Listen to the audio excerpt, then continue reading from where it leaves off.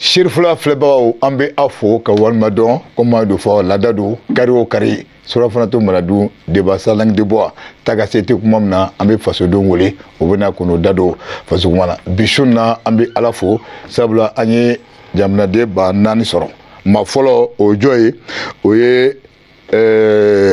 docteur Nuhu Salif Munkoro enseignant chercheur nous une chou folikan jumɛn de bolo k'a lase Shirifula filɛbagaw ma. Aw bɛɛ lajɛlen ni su Shirifula yɛrɛ télé ɲɛmaaw ni a baarakɛlaw aw bɛɛ lajɛlen ni su an filɛbagaw fana aw bɛɛ lajɛlen ni su donc Ala ye bi yira an na Ala ka a don ɲɔgɔn caman wɛrɛ yira an na aw tɔw bɛɛ lajɛlen ni su an se ɲɔgɔn bi yan. N'o tɛmɛna ka bɔ yen mun ye Ali Tunkara ye sociologue Ali i ni su folikan jumɛn de bolo k'a lase Shirifula filɛbagaw ma. An su Tarawele an bɛ Shirifula filɛbaga n'a lamɛnbaga bɛɛ lajɛlen fo ka bɛn bɛɛ sigiyɔrɔ ma nin waati kɛrɛnkɛrɛnlenw na. Ok n'o tɛmɛna ka bɔ yen docteur Mahamadu Konate chercheur Mahamadu Konate i ni su folikan jumɛn de bolo k'a lase Shirifula filɛbagaw ma. Teri n bɛ bɛɛ lajɛlen fo n jɛɲɔgɔn minnu bɛ nin tabali sanfɛ ani Shirifula kɛla bɛɛ lajɛlen ani an ka karamɔgɔba yɛrɛ Hayidara Ala ka kisi ko bɛɛ lajɛlen kan Ala ka hinɛ an ka jamana la Ala k'an fara jɔbɔw kan an bɛna waati min kɛ ɲɔgɔn fɛ Ala ka nafa caya n'a kɔlɔlɔ ye voilà folikan ne bɛ. Merci beaucoup n'o tɛmɛna ka bɔ yen mun ye Sulemani Kulubali ye au conseil des Maliens de l'extérieur présidé par Habib Sila. Kulubalikɛ i ni su folikan jumɛn de bolo k'a lase Shirifula filɛbagaw ma. Marhaba yani n da don kuma o kuma la fɔlɔ n b'a fɔ awuzu bilahi mina shaitanir rajim bisimilahi rahmanir rahim Allahumma salli ala sayidina nabiyuna maulana Muhammadin sallallahu alaihi wasallam. N ka foli bɛ daminɛ n ka président na n'o ye Habib Sila ye a ka cɛsiri la fasoko la ka sɔrɔ ka b'o la k'a daminɛ Mali kɔnɔ yan fo Mali kɔkan Malien de l'extérieur fɛn fɛn bɛ n ka foli bɛ bɛɛ lajɛlen mais n bɛ segin ka foli kurakuraya tuguni Malien de l'intérieur u sera k'u patienter an sera ka nin période in tɛmɛ ka stabilité kɛ mouvement ma kɛ mɔgɔ ma wuli ka don dugu kɔnɔ ka mankan ci an y'a muɲu ɲɔgɔn kɔrɔ k'a ɲɛsin k'an ka jamana ɲɛmɔgɔw kɔkɔrɔma dɔn n ka foli bɛ Malien bɛɛ lajɛlen. D'accord merci beaucoup n'o tɛmɛna ka bɔ yen n jɛɲɔgɔn Aboubacar Traoré Enfré folikan jumɛn de bolo k'a lase Shirifula filɛbagaw ma. Bokele an ma an filɛbaga bɛɛ lajɛlen fo i y'a fɔ cogoya min na i n'a fɔ laadala ko la kare o kare ni nin wagati sera an bɛ ɲɔgɔn sɔrɔ yan nɔ min ye kɛrɛnkɛrɛnnenya la jamana kunkanko kibaruya ka se ka o kunnafoni di limanaw ma ladiriya kɔnɔna na vraiment an bɛ foli bila bɛɛ lajɛlen ma. I ma zana fɔ bi dɛ. I bɛna zana fɔ. I bɛna fɔ sisan. Ok d'accord n'o tɛmɛna ka bɔ Enfré donc bi su na kuma filɛ donc bi kuma bɛ mun ni mun kan. Bi kuma bɛ min kɛ yan'an ka don o la fɔlɔ i ye min fɔ tuguni bamananw b'a fɔ diɲɛlatigɛ la ko nafolotigiya tɛ maa si kɛ silamɛ a tɛ kɛ hɔrɔn ye selima a b'a to i k'i ni ka ko dɔ kɛ kuma dɔw la wa fantanya fana tɛ maa si faga dugukolo sanfɛla kan nka a b'i bali diɲɛ ko la kuma dɔw la o la an bɛ dugawu kɛ ko Ala ka anw ni an lamɛnbagaw bɛɛ lajɛlen kisi fantanya ma o la sa o b'a to an bɛ don kunnafoni kɔnɔ bi babu bɛna boli fɛn fila kan fɔlɔ ye min ye diɲɛ seleke naani tɔnba Nations Unies ale ka bolofara min bɛ an fɛ yan nɔ donc n'o ye MINUSMA ye donc ko u ye baara kura di u ma baara kura bɛna boli fɛn min kan an da bɛ don o la n'o tɛmɛna ka bɔ yen CEDEAO fana a ye lajɛba kɛ bi min bolila Mali kunkanko kibaruya kan ani Burkina ani Laginɛ nka bi bi in na anw bolo bɛ kuma Mali ta de kan an bɛna an da don o la k'o walawala. D'accord Bokar yan'o cɛ an b'a daminɛ ni CEDEAO o ye kunnafoni bɔ ka bin teliyara donc maintenant docteur mun ye min fɛn dɔ ma Nuhu donc CEDEAO ka bi jɛrɛkun kɛra Gana n'a ye k'a fɔ fɛn fila bɔra a kɔnɔ voilà o fɛn fila nin a yira k'a fɔ k'o bɛna o ye frontière k'u y'a dayɛlɛ maintenant mun ye an ka wariko ni fɛn ye k'o fana dayɛlɛla e bɛ se ka mun de fɔ a la e ye mun de faamu. Bon aw bɛɛ lajɛlen ni su hali bi komi ale kɔni ko in a mɛnna sen na n bɛ se k'a fɔ a mɛnna sen na kosɛbɛ donc hakiliw yɛrɛ kɔni kun taalen don bɛɛ kun sigilen don n'a ye sisan k'a fɔ ko sanction ninnu fanba bɛna wuli an yɛrɛ b'a fɔ sanction yɛrɛ wulila sa parce que a degun n'a kɔlɔlɔ minnu tun bɛ yen an bɛ dugawu de kɛ sisan vraiment Ala ka olu fari faga hali bi voilà bon mun bɛ yen sisan nɔ nin kɔrɔ de ye sisan ko an tun bɛ sira min kan peut-être an bɛna segin o sira in de kan kɛ peut-être o sira in bɛna kɛnɛya sɔrɔ a bɛna ɲanamaya ka ɲɛ sisan ka tɛmɛ kɔrɔlen kan n'est-ce pas i kɔni b'a dɔn k'a fɔ CEDEAO ka nin sanction in a ye farifaga dɔɔnin don an ka dynamique la an tun bɛ sira min kan n'a tun an kun cɛsirilen don sira min kan a y'an farifaga dɔɔnin mais n hakili la sisan nɔ an ka cɛsiri bɛna lakuraya a bɛna farinya dɔɔnin tugun voilà bon n'o tɛmɛnen kɔ a bɛ se ka kɛ o fana an bɛ se ka mun yɛrɛ fana fɔ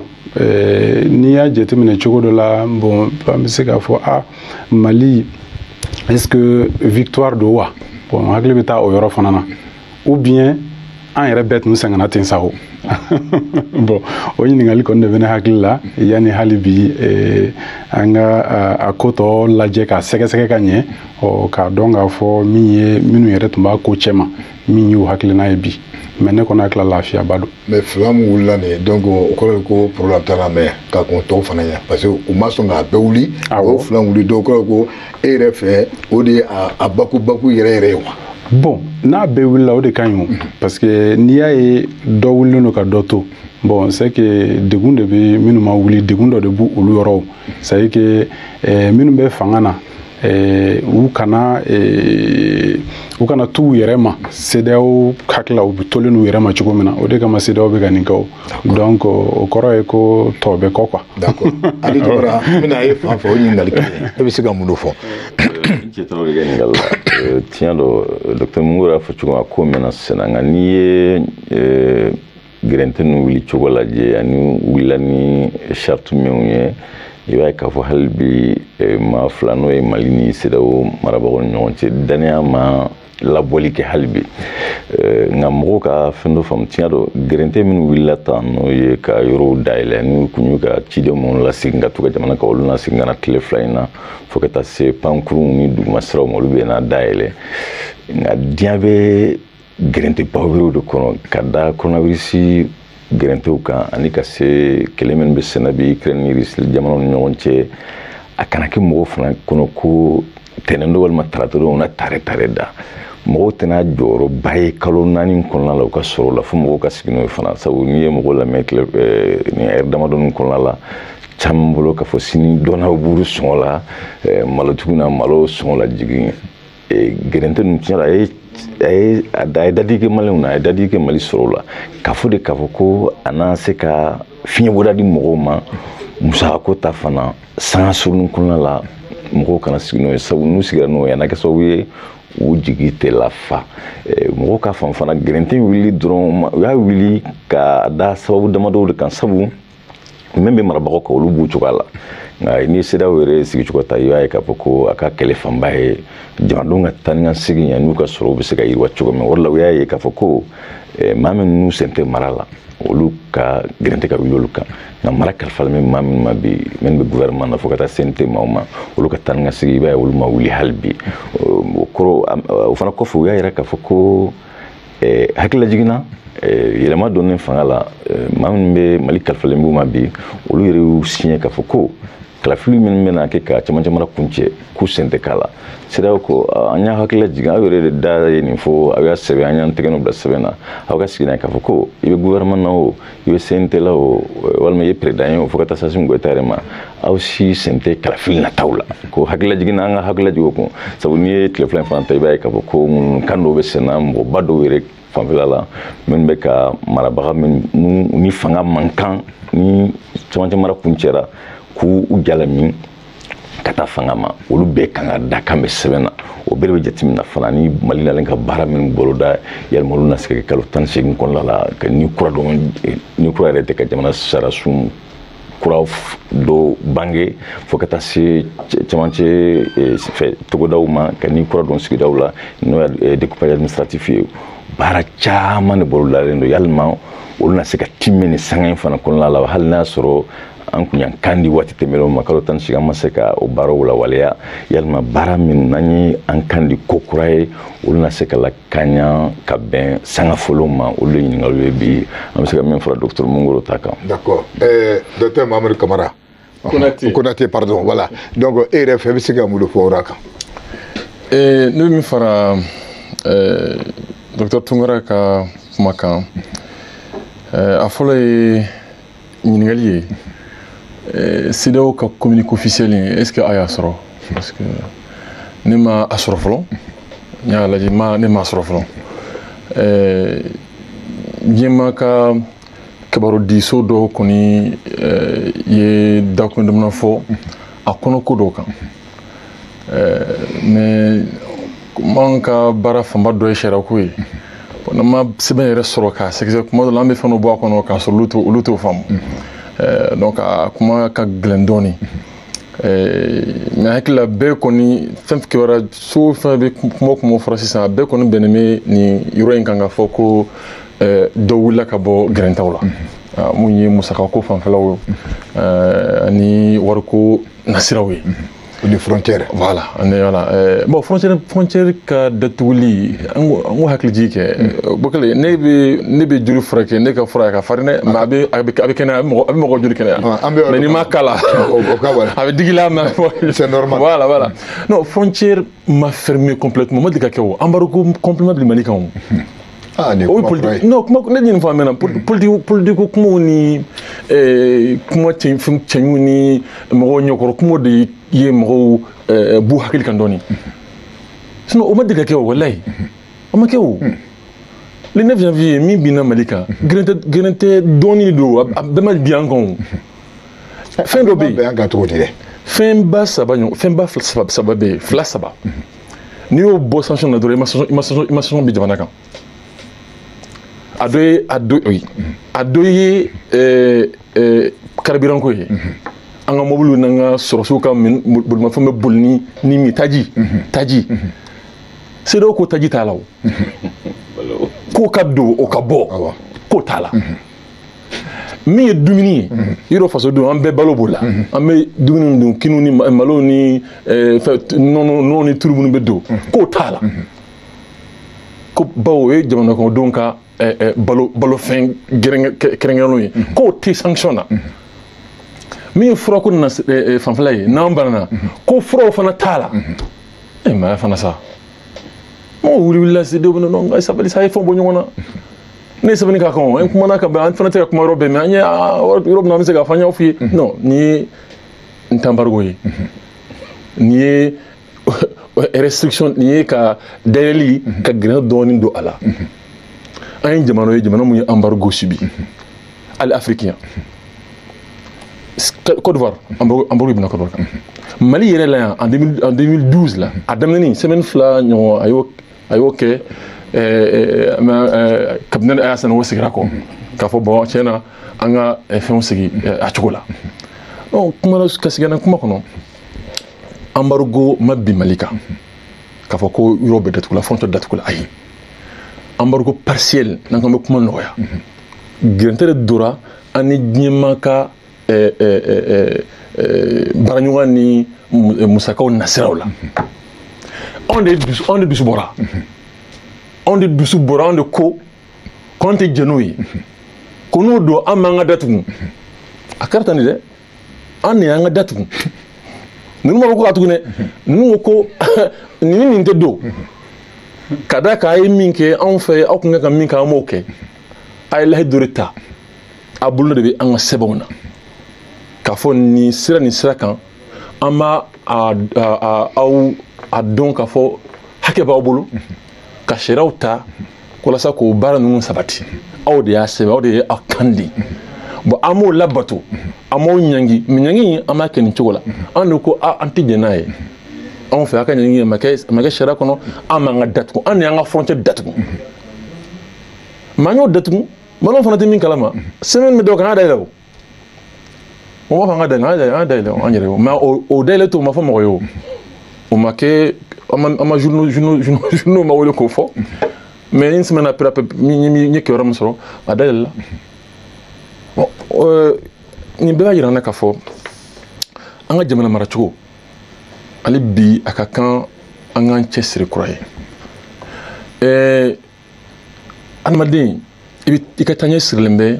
fɛn caman na dɛ maa dɔ ye i ka se ka hakili sɔrɔ i ka kɛtaw la i ye fɛn minnu kɛ ka tɛmɛ o ye mun s'i ma i ye mun sɔrɔ a la wala mun tilala i la donc f'i ka se ka leçon ta ka bɔ o kɔnɔ i ka taaɲɛ a dɔ sirilen b'o la biman bila ni baara cogo la ne bolo waati dɔ sera sa an kana to ka dusu bila hakili ɲɛ an kana to k'o kɛ abada n bɛ fɛ ka da min fɔ yan'an ka taa tugun CEDEAO ka nin sanction wuli balimakɛ y'a fɔ a b'a yira k'a fɔ ko danaya ma sabati kosɛbɛ hali bi ani ɲɔgɔn cɛ. Danaya ma sabati hali bi ani ɲɔgɔn cɛ.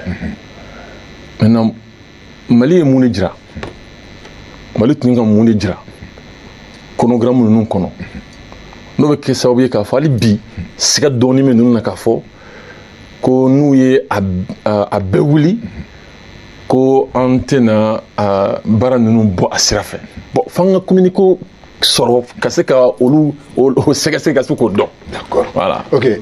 Kulibali an bɛna e fan fɛ. Merci beaucoup kuma dili ma. Ni sanction wulili la mɔgɔ caman tun bɛ jukɔrɔ minnu ye baara kɛ dibi la ka mission bons officiers wuli ka taa yɔrɔw la. N bɛ segin ka na o la tuguni k'an ka président Habib Sila fo les femmes leaders u taara a y'u bila ka taa Macky Sall fɛ ka Macky wele Macky ye dayɛlɛ an n'u sigira o kuma na délégation dɔ fana taara baaraw tun bɛ senkɔrɔ dugu jukɔrɔ an bɛ foli bila ka taa o yɔrɔ ninnu na donc i tɛ se ka nin ko in fɔ k'a fɔ ko ko ɲuman tɛ ko ɲuman don a bilala jamana kɔnɔ a taara ka bɔ jamanadenw kan a diyara mɔgɔ caman ye c'est à dire ko dɔw de bɛ yen nɔ n'an m'a walawala ka bɔ ɲɔgɔn na an tɛ se ka ɲɔgɔn faamu n'i ye nin sanction nacogo lajɛ ka CEDEAO tɛ a yɛrɛ ka baara la CEDEAO bɛ baara c'est la branche armée et politique de la France bɛɛ bɛnn'o kan parce que yani ali CEDEAO ka sanction d'an kan France président y'a fɔ k'a bɛna Ghana président wele ko ka sanction d'an kan ko ka dɔ fara. Mais entre nous i ye débat fɛngɛ dɔɔni mais n b'a fɛ an ka don fɛngɛ yɛrɛ kɔnɔ i y'a faamu branche militaire de la France mais CEDEAO m'u yɛrɛ fɔ bi ne b'a fɛ ka dɔn en tant que Sulemani Kulibali e ye mun de faamu a la voilà donc ne ye malien de l'extérieur ye. merci voilà qu'est-ce que a y'a cogo di voilà. An b'a kunbɛn nisɔndiya de parce que a bɛ kɔlɔlɔ caman sigi anw ka comment dirais anw baarakɛ ɲɔgɔn caman kan maliyɛn minnu sigilen bɛ kɔ kan même au niveau sous-régional a ye kɔlɔlɔ sigi n'i bɛ hali avion ta ka bɔ yan ka taa Côte d'Ivoire ça ne faisait que 200 000 o taara fo à peu près 650 000 et autres olu bɛɛ ye fɛnw ye k'a fɔ ko a ye gɛlɛya bila jamana kan k'a fɔ ko embargo ma bila Mali kan moi je pense que embargo tun bilala Mali kan mais a bɛ dépend mɔgɔ minnu bɛ baara kɔnɔna la ne yɛrɛ ye dɔnbaga caman bɛ yen u ka business caman bloquelen bɛ Dakar port kɔnɔ u ka camion nana a ma se ka don olu dun fɛnɛ ka dayirimɛ de b'o la o bɔra Ameriki ka na don o don ni CEDEAO ka réunion ko bɛ kɛ a bɛ ne wuli an bɛ kuma ale kelen tɛ o caman don est ce que embargo in bɛ na wuli mais ne kɔni bɛ min fɔ embargo in wulili a wulibaliya CEDEAO ye nin posture min ta an kana ɲinɛ dɔrɔn an ka hakili to k'a fɔ ko nin tɛ tɛgɛrɛ fɔ ko tɛ o k'a fɔ an bɛ girin ka wuli ka tɛgɛrɛ fɔ k'a fɔ non ko n bɛ senkɔrɔ fɛn min ɲɛsinnen don anw ka jamana ma a fɛn ka girin kojugu fo an ka contours bɛɛ de ta k'a maîtriser ko o ko n'i b'a fɛ a kɔnɔna na a ɲini fɔlɔ i k'a dɔn hali n'i taara dɔgɔtɔrɔ fɛ yen a b'i ɲininka bana b'i fan min na donc n'i y'a ɲini k'o dɔn savoir c'est prévoir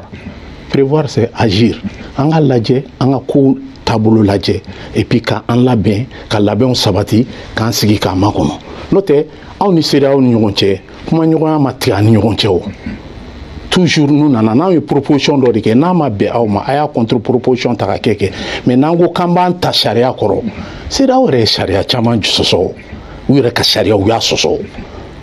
IMO ka sariya u y'a sɔsɔ jugement kɛra a la ka décision bɔ u y'u ban ka appliquer o donc c'est à dire sariya ninnu an kana papier dɔrɔn lajɛ anw ye Afrique de ye n'i y'anw lajɛ yan'anw ka découper ka kɛ jamana ni jamana ye n'i y'a jateminɛ anw ye jamana ba kelen de ye gɛlɛya bɔra cogo cogo n'i y'a lajɛ Mali gouvernement ye action min ta seli ɲɛkɔrɔla na yanni sanction ka wuli ka saga dɔw to yen ka taa Sénégal ka dɔw to yen ka taa Côte d'Ivoire ka geste kɛ k'a yir'u la o bɛɛ adamadenya taabolo de ye o. D'accord ok voilà. N hakili la k'a fɔ Konate ye mun fɔ dakuru ɲɛ kelen oui rapidement an bɛna don. Munna an ye bi kɔnɔ ka ni nɔgɔya in sira taama ka ɲɛsin CEDEAO ma depuis ni kɔlɔlɔ in daminɛtɔ ka a gɛlɛya an ni ɲɔgɔn cɛ anw do ko n ka taa dɔɔni an kana taa ni kɛlɛ sira ye ninnu t'an kɛlɛɲɔgɔn ye kɔlɔlɔ min b'an dala Mali kɔnɔ a ka ca kojugu an ka taa dɔɔni n ko dɔw minnu bolo k'olu bɛ transition fɛ ka tɛmɛ anw kan n ko dɔw yɛrɛ ko ka bɔ CEDEAO la an m'o mɛn yan an ko a bɛ laban nin de ma n bɛ fɛ ka min fɔ dɛ an ko a bɛ laban sigi ka fɔ in de ma donc an ye temps perdu pourquoi anw ka kɔni ma ka nin kɛ a b'a to kɔlɔlɔ caman y'an sɔrɔ an tun bɛ bɔ o kɔnɔ a mɛnna. Bokar ni kun ye dakuru ɲɛ kelen k'a jira ko bɛɛ y'i ka hakilina fɔ donc sisan an bɛna don mun na o ye renouvellement du mandat de la MINUSMA voilà donc kuma bɛ ok donc o b'a to n bɛ taa e fanfɛla monsieur Munkoro n'i ye jateminɛ kɛ min ye MINUSMA ye ko u bɛna u ka baara u y'a lakuraya an ka jamana kɔnɔna na nka n bɛ fɛ ka parce que MINUSMA ka baara ninnu kɔnɔna na an b'a ye k'a fɔ généralement conseil de sécurité o ni kɔnɔna na o de bɛ a baaraw kalifa u ka bolofara ninnu na mais conseil de sécurité yɛrɛ fɛn jumɛn de fɔlɔ i k'o ɲɛfɔ an filɛbagaw ye. hali bi aw bɛɛ lajɛlen ni su komi i y'a fɔ cogo min na a ka kan n'an ka o yɔrɔ ninnu farafansiya pour que kuma min bɛ bɔ o kɔnɔna na o ka se ka faamu ka ɲɛ ala conseil de sécurité bi b'a fɔ Nations Unies ɲɛmaaya so dɔ n'est-ce pas a b'a fɔ kuma laban bɛ minnu bolo mais a t'i b'a fɔ fana décision tabagaw mais an bɛ olu ka décision ninnu wele résolution kun a b'a fɔ gouvernement tɛ min sigilen don k'a fɔ b'a fɔ diɲɛ seleke naani gouvernement tɛ donc mais u ka résolution ninnu kɔni fanga b'a la barika b'a la parce que jɛ ka fɔ kuma don bɛn kɛlen don k'a fɔ ko maa 15 min n'olu sigilen don conseil de sécurité kan olu mana min fɔ k'a to o la o kan ka se ka waleya kuma in bɛ ten nɔ de bon diɲɛ politiki kɛyɔrɔ fana don jamanaw ni ɲɔgɔn cɛ politiki kɛyɔrɔ soba don an b'o wele diplomatie sa kɛ cogo o cogo i m'a ye n'u ka baara bɛ daminɛ i bɛ français ye u bɛ wuli ka yaala ka boli anw yɛrɛ fana bɛ wuli ka yaala ka boli an teriw kan américains fana bɛ yaala ka wuli ka boli pour que bɛɛ ka se k'i sagona comment on appelle décision sagona résolution sɔrɔ i b'a fɛ min ka se ka kɛ sɛbɛn in kɔnɔ pour que bɛɛ ka se k'o sɔrɔ donc tɔn dɔ min sigilen don kunna mais u cɛla fana dɔw bɛ yen nɔ veto droit bolo i ko Chine ɲɔgɔn i ko Amérique i ko Russie la donc olu kɔni jamana minnu bɛ se k'a fɔ n tɛ nin résolution in fɛ a tɛ tɛmɛ n'an b'o wele ko droit de veto donc n b'a fɛ ka a fɔ o cogo la fɔlɔ donc n'a jɛlen tɛ hali bi kɔfɛ ni kuma sera ma n b'a walawala. ok monsieur Tunkara e bɛ mun sɔrɔ k'a fɔ min ye Munkoro ta kan conseil de sécurité fɛn jumɛn de don. ka dɔ fara Munkoro ta kan komi an da bɛna ma MINUSMA kuma la n'i ye diɲɛ tɔnba in yɛrɛ ta teliyara i b'a ye k'a fɔ a nana kɛlɛba laban min kɛra guerre mondiale kɔfɛ a ye tɔn wɛrɛ de nɔra bila n'i ye tɔnba in yɛrɛ ta i bɛ se k'a bila minɛn 3 kɔnɔ minɛn 3 in dɔ de tɔgɔ ye conseil de sécurité a da sera jamanaw sigilen bɛ cogo min n'a sera jamana 5 de b'a kɔnɔ badabada jamana 10 ninnu o ye falen san fila ni ɲɔgɔn cɛ i n'a fɔ a tun bɛ Niger bolo waati la fo sisan a bɛ ka taa Kenya fɛn o fɛ wala o jamana 10 bɛ a falen san 5 nka ka se ka faamu fɛn min ye kɛlɛban fɛɛrɛw ye diɲɛ tɔnba ka baaraw taabolo la o kalifalen bɛ conseil de sécurité de ma n'i ye an ka MINUSMA ta sisan ni fo ka taa se ɲɔgɔn 32 ɲɔgɔn bɛ diɲɛ kɔnɔ nka u tɛ niveau kelen na kabini bureau la ko yɛrɛ voilà donc n'i ye Palestine ni Israël ta sisan kabini 1948 Nations Unies bɛ nɔ fo bi u bɛ fo ka taa se Sudan ni jamana wɛrɛw ma i n'a fɔ Congo n'a ɲɔgɔnnaw fo ka taa se Afrique centrale jamana wɛrɛw ma donc fɛn fɛn ye kɛlɛban ani kɛlɛ kunbɛn ka taa san 2019 fana ma u ye mara ta fan u y'o fanba fana fara u ka baaraw kan nka gɛrɛntɛ min bɛ Mali da la bi n'i ye conseil de sécurité ta taabolo fana b'a la nka an bɛ bila minɛn min kɔnɔ o ye C34 de ni commission ta commission 34 Mali b'o minɛn de kɔnɔna la olu de bɛ hakililaw ta k'a lase diɲɛ jamana kanhɔrɔyalen fɛn fɛn bɛ tɔnba in kɔnɔna la n'o ye assemblée générale ye k'a fɔ ko an b'a fɛ ka dɛmɛ lase nin jamana nin tɔn masina ma jamana in ma nin gɛrɛntɛ in binnen b'a kan aw labɛnnen don ka se ka u senkɔrɔma tintin wa dɔw b'a fɔ awɔ an labɛnnen don an tɛ maa bila ka na nka an bɛ aw boloma dɛmɛ ni minɛnw ye dɔw b'a fɔ an bɛ minɛnw bila ka na an tila ka boloma dɛmɛ ni cɛdenw fana ye o n'a ɲɔgɔnnaw dɔn olu bɛɛ bɛ latigɛ yɔrɔ min a fɔ de ma conseil de sécurité teliya la. Ok, basi tɛ docteur Konate o b'a to min ye conseil de sécurité o faamuna mais MINUSMA n'u y'u ka bolofara maa fɛ MINUSMA yɛrɛ fɛn jumɛn ni.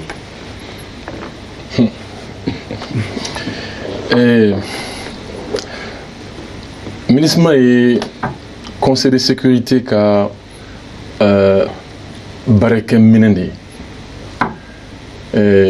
a ka baarakɛminɛ min lawaleli yamaralen b'a fɛ a ka sariya sunba kɔnɔ n'o ye o ye Nations Unies yɛrɛ ka sariya sunba ye k'a fɔ baara minnu kalifala a la n'o ye ka bɛn kɛrɛnkɛrɛn walasa kɛlɛ kana bɔ a kɔnɔ ani ka lakana fana kɛrɛnkɛrɛn walasa kɛlɛ kana bɔ a kɔnɔ ni kɛlɛ fana kun bɔra k'a kunbɛn walasa ka bɛn ni lakana k'o matarafa o baara kɛrɛnkɛrɛn de dira conseil de sécurité ma Nations Unies maaw fɛ a y'a fɔ cogo min na diɲɛ bɛɛ t'a kɔnɔ mais diɲɛ état fanba bɛɛ b'a kɔnɔ i y'a faamuya mais a bɛɛ t'a kɔnɔ mais fɛn bɛɛ b'a kɔnɔ an bɛ se k'a fɔ olu kɔni ka gouvernement kɔni ye conseil de sécurité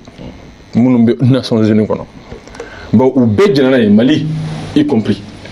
Mali jɛnna n'a ye ko nin baarabolo ninnu kan ko ni conseil de sécurité a bɛ yamaruya ta k'a bɛ bin a bɛ boli ale kan ale b'a labato o y'a ka sariya sunba kɔnɔ article 24-25 je crois donc a bɛ yamaruya min ta o sira kan o bɛ diyagoya a den bɛ k'o labato donc ni kɛlɛ kɔni binna jamana kan bɛɛ b'a fɔ an ye i lakodɔn k'a fɔ hakɛ b'i bolo i ka i sen don a la i k'a fɔ mini mun kan ka kɛ walasa k'o kɛlɛ ban mun kan walasa ka lakana segin i bɛ min fɔ fana an b'o kɔ donc n'i jɛnna n'o ye ka ban e tɛ se k'a fɔ o waati kɔnɔ tuguni k'o ta cɛ souverain ko min ka di n ye m'o kan ka jamana kɔnɔ o tɛ yen tugun dɛ o ye ka kuma mun tɔnbɔtɔ k'a di ɲɔgɔn ma dɛ n ye n tɔgɔ bila n dɔrɔn kɔrɔ ye n jɛnna o dɔ kɔ nin kama bon Mali bɛ o situation de kɔnɔ bi kɛlɛ b'an ka so kɛlɛ in yɛrɛ a tasira ka ca dɔw b'an ni an yɛrɛ denw dɔw ni ɲɔgɔn cɛ n'o madalen don bawo bɛnkan sɛbɛn dɔ b'an ni ɲɔgɔn cɛ a ma ban pewu maliyɛn k'o dɔn a kɔni madala bɛnkan sɛbɛn bɛ yen mais Kidali ye min ye bi ne b'o dɔn e b'o dɔn ni Mali ta don ni Mali n'a bɛ Mali ta la n'a tɛ Mali ta la an b'o dɔn ni chercheurs i sait donc o ma ban pewu parce que lɛuru caman tɛra o si ma labato i bɛna yan bɛna se MINUSMA ka sɛbɛn yɛrɛ ma sisan an bɛna dɔn munna a ma ban pewu a dɔ fana ye an b'o la banbagaci wɛrɛ wulila ka na jatigɛwale kɛbaw n'an wele ko terroriste olu fana nana co an kan tugun k'u ka an bɛɛ don u ka silamɛya la. mais Konate an bɛ tila ka don o la an ye de ko MINUSMA yɛrɛ k'i ka kuma o yɛrɛ kan fɛn jumɛn de don. très bien alors a kɛlɛbolo sabanan n bɛ bɔ o kɔnɔ la o ye an yɛrɛ dɔgɔnɔw ni filaw dɔw ka fɔɲɔgɔnkɔ ye donc an bɛ min kɔnɔ bi conseil de sécurité a b'a ale sigi yamaruya ta k'a fɔ walasa nin kɛlɛ ninnu ka suma an bɛ jɛkulu dɔ labɛn diɲɛmaa b'u ka kɛlɛkɛ u ka finitigiw bila ka na ani diɲɛmaa ka baarakɛla dɔw fana bɛ se ka bila ka na k'u fara ɲɔgɔn kan k'u bila ka na a ka jamana kɔnɔ donc u kana u ka baara bɛna kɛ ka aw ka jamana marabaaw dɛmɛ walasa ka nin kɛlɛ in k'a mada donc MINUSMA a nana o sira de kan i y'a faamuya donc conseil de sécurité o sago b'a la n bɛ ka kuma fɔ ka jɛya Mali sago t'a la mais a kɔrɔ tɛ ko Mali ka hakilina tɛ ɲini dɛ non n bɛ fɛ k'a fɔ ka pɛrɛbila tigɛ n sago bɛ ko la o kɔrɔ ye j'ai la liberté de décider ce que je veux voilà non consentement ko ye ko wɛrɛ ye ni mission Blella sous chapitre 7, qui parle de menaces à la paix, de rupture de la paix et d'actes d'agression. Conseil de sécurité, c'est le seul souverain. Abi Haklingeleke, effectivement, tu as demandé, tu es, mais décision, où le débat. Ok. Classe que nous Inch'Allah. Attention parce que mission est de Yoruba Savagnon, la première mission classique, au soit sous drone. Na Mali est même qu'on l'a la bi, multidimensionnel, mission qu'on l'a là. Ça va être une position donc conseil de sécurité fin finita. Farake Mali marabao ka nyamaria konla ça c'est important ni oluka nyamara ta kono conseil de sécurité de choko atela walia parce que mission d'imposition de la paix alors voilà comment la sonji ali comment menacer seben yerema wala ni no kono ka foko Mali de sagobe aka sécurité la ka jamana kono ok oyo onore haklima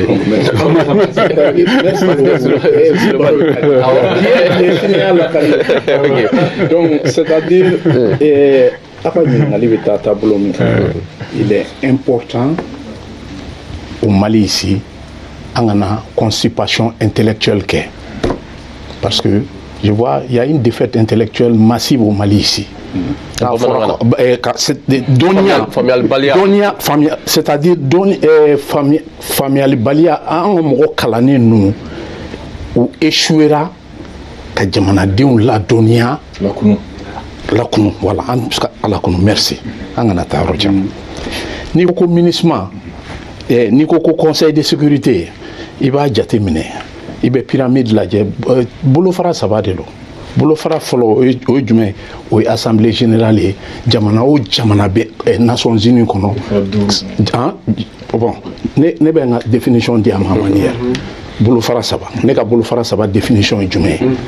jamana bela jelem die jamana 191 pays au Nations Unies constitué donc au assemblée générale là o be se ka voter mais o ka voter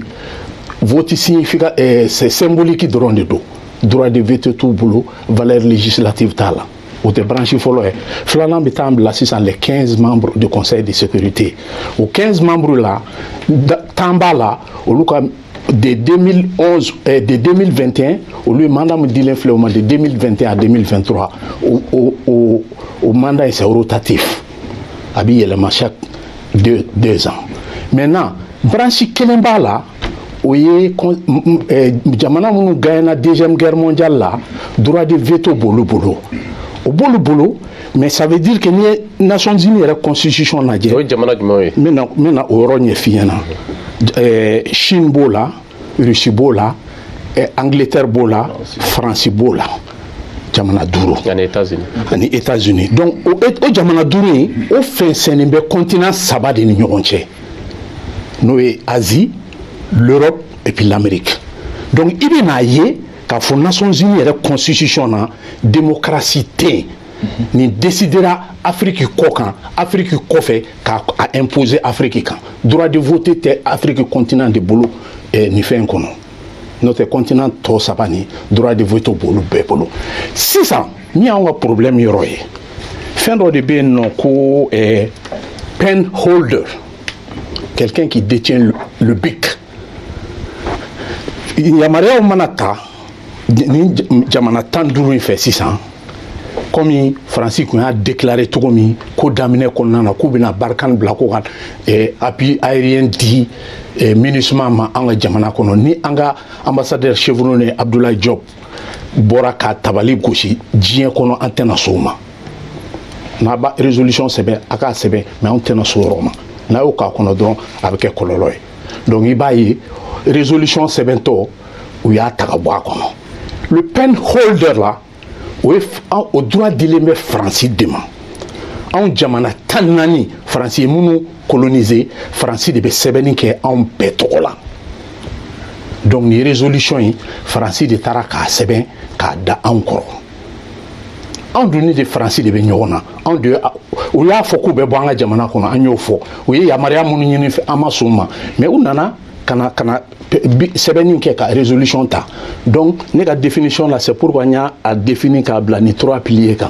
donc maintenant la cour de justice non olu ayi non kan bɛ branche politique de ma se o fɛn ninnu ma donc c'est-à-dire donc i b'a bila o jamana o position saba de kɔnɔ mais a tɔ détail sisan tagali ɲɛfɛ débat kɔnɔ an bɛna don o kɔnɔ. ok mais ne bɛna e fan fɛ parce que an y'a ye k'a fɔ ko renouvellement du mandat de l'administration b'a ye ko kuma caman fɔra kɔnɔ fa dɔɔni y'a yira k'a fɔ ko olu tɛ jɛnɛ mais an ma se k'a yɔrɔ de faamu mun yɛrɛ de kɛra kɔnɔ et puis mɔgɔw ko k'u tɛ an ka faama ko k'olu tɛ jɛnɛ qu'est-ce qui s'est passé.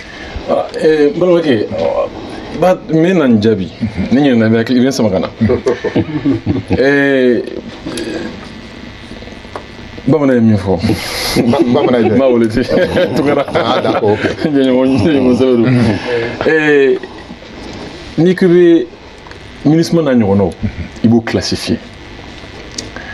peut-être a ɲɛ bɛ misɛnya dɔɔni mais min ma an lamɛnbagaw nafa chapitre fila kuma sigiyɔrɔ fila bɛ charte kɔnɔ sariya sunba kɔnɔ nasɔnni ka sariya sunba kɔnɔ a dɔ ye an b'o wele ko chapitre 6 filanan ye chapitre 7 ye 6 o sigikun ye mun ye o ye ni gɛlɛya gɛlɛya dora lakana fan fɛ jamana ni ɲɔgɔn cɛ wala hali jɛkulu wɛrɛ ni jamana ni ɲɔgɔn cɛ jamanaw u yɛrɛ bɛ se ka initiative ta Nations Unies de b'a ɲini u fɛ k'u k'a ɲini ka o kɛlɛ ninnu ban ni kumaɲɔgɔnya ye ni négociation ye ni réconciliation ye i y'a faamuya ni diplomatie ye awa n'a ma ɲɛ o ka taa n'a ye sariya bulon na n'o ye cour nationale de justice ye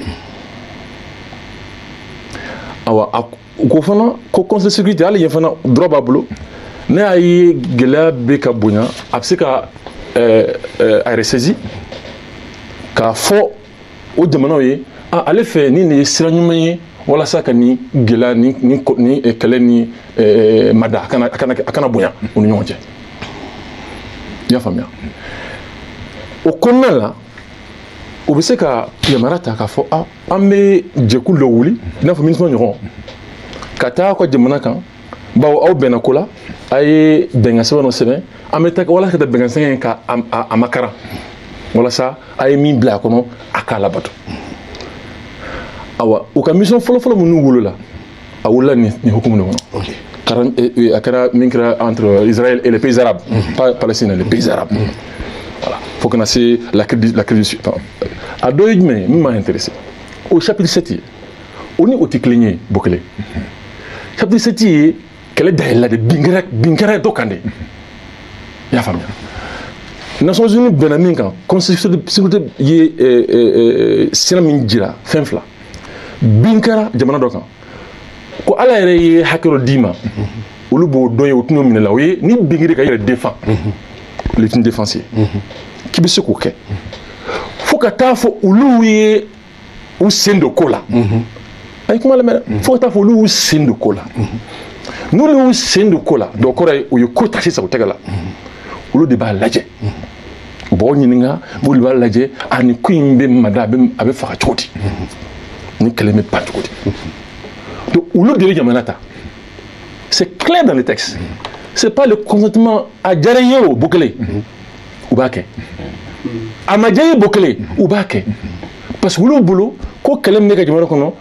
ko ça menace la paix et la sécurité internationale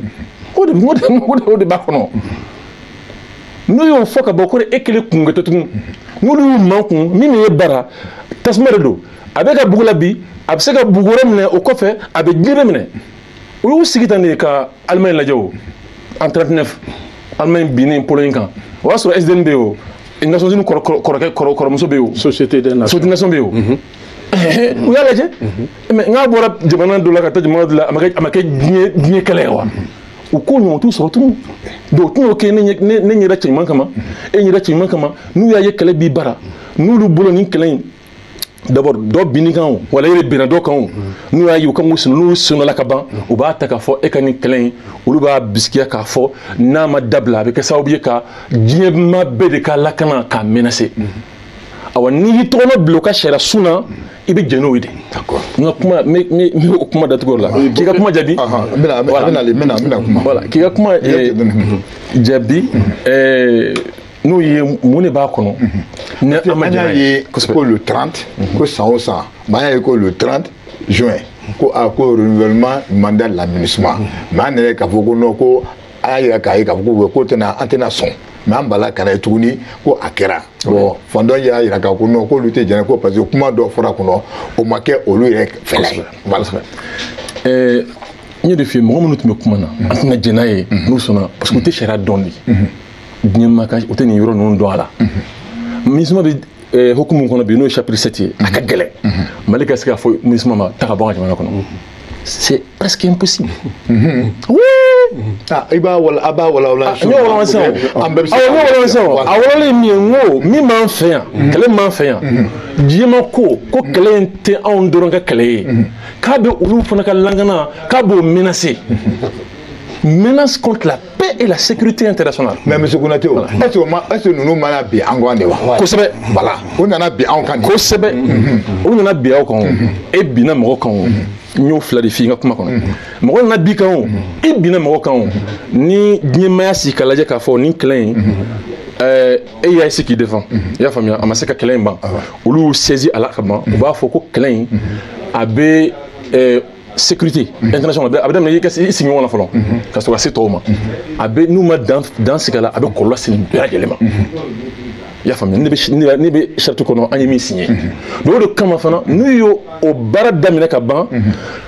a bɛ bɔ e sagoya la cogo di o kɔrɔ ye kɛlɛ in tɛ i dɔrɔn ka kɛlɛ ye tugun i y'a faamuya donc e tɛ se ka wuli tile kan direct k'a fɔ Kamasina a ye ta ka bɔ mara non non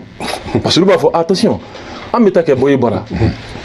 kɛlɛ min bɛ tasuma min bɛ e ka so kɔnɔ a bɛ se ka bonya k'i ka so jeni ka tila ka sigiɲɔgɔn ta minɛ ainsi de suite fo ka se ta ma o non tɛ se ka bɔ yen ten yanni i ka a fɔ bi bɔ yen kunun i tun bɛ o lajɛ fo yanni k'i tɛgɛ nɔ bila an ka sɛbɛn na kuma bɛ nin nɔ donc ka kuma sɔrɔ surunya tugun an bɛ yɔrɔ min na bi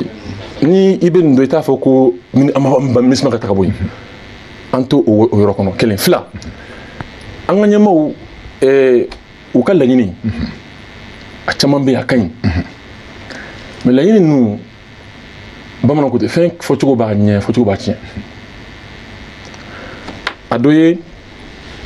an bɛ fɛ MINUSMA ka baara belebele a ka kɛ ka jatigɛwale ka bɔ kɛlɛ bon lakana fan fɛ Mali kɔnɔ yan olu de bɛ ka problème olu bɛ kɔlɔlɔ min se anw ma jugu wɛrɛ t'o se anw ma ni jamana in kɔnɔ la lutte contre le terrorisme an bɛ fɛ o de ka kɛ MINUSMA ka priorité o ye ko sɛbɛ ye o ye ko ɲuman ye o ye laɲini ɲuman ye an kan ka min défend. D'accord mais ne b'a fɛ ka yɔrɔ dɔn n bɛna kuma d'i ma ko n bɛna t'u cɛ mais est-ce que MINUSMA mɔgɔ olu yɛrɛ nana de ka na terroriste yɛrɛ kɛlɛ wa. u ma sɔn o ma ne bɛ f'i ye sisan voilà. jɔn de ma sɔn o ma. MINUSMA ma sɔn non conseil de sécurité ma sɔn a ye mana min renouveler sisan a ma sɔn o ma peut-être. Mais est-ce que eux-mêmes là, MINUSMA, est-ce que c'est l'heure pour venir quand on a un débat qui ou bien on a amassé pour voilà comment tu as ton comment voilà il est bloqué d'accord ok bah an ka laɲini ye nin ye n y'o f'i ye n ko ye laɲini ɲuman ye tiɲɛ tɛ wa maintenant n ko kɛcogo de b'a la n'i taara laɲini in fɔ cogo dɔ la k'a kɛ cogo dɔ la i n'a fɔ ni min ka di e ye o de bɛ kɛ Bukele tɛmɛ sira dun de bɛ kow la a dɔ ye sariya ye ma dɔ fana ye duguma sira ye a ye da kɔrɔ i da mɔgɔ la a bɛɛ tɛ ko sariyako ye n bɛ se k'a fɔ yɛrɛ sariyako ye jamana minnu ni fangaba t'u la sariya bɔra anw de kan i y'a faamuya jamana fangatigibaw olu ta ye rapport de force de ye. Mais ŋaniya ɲuman yɛrɛ bolo est-ce que en réalité pourquoi u tɛ an dɛmɛ k'o kɛlɛ kɛ parce que u b'a dɔn an ka degun. n bɛna se o ma o ne yɛrɛ tɔ a t'a faamu parce que aw berese de n bɛna se o ma pédagogie de bɛ fɛn na sinon a t'a faamu n bɛ se ka n cun a ɲɛfɛ mais a tɛna faamu donc parce que an bɛ yɔrɔ min na bi bi in na Nations Unies sigicogo ɲɛna sigicogo ma ɲɛ o an t'o yɔrɔ la quoi i y'a faamuya parce que fanga bulu bolobi fanga mbu bolobi o te onbolo ya famo même si qui koda conseil de sécurité kola wala jema kola o jamana be compter tegala oui tiens ya famo ya a do ere durin de koy durin wala ni min be durin ka tanga kono ka fo ni magara ne magana sinon ma chiti ki kodo kola durini ani mogo mi nu yo tako o blo na akoro ka fo ni magana na magana na no te ma chiti ki koda Nations Unies kola bien kono bi donc ta signa kuma kono mais parlons de réalisme c'est pas min ka ni min ka ka mi etne fanga baraka no de tanga baraka no antiga mboro soro donc nan ko ni kuma info ni diplomatie ka wuli ka do an kan ga do ro mununa ko do be ne ni fo me ki gola ma fo ka gelen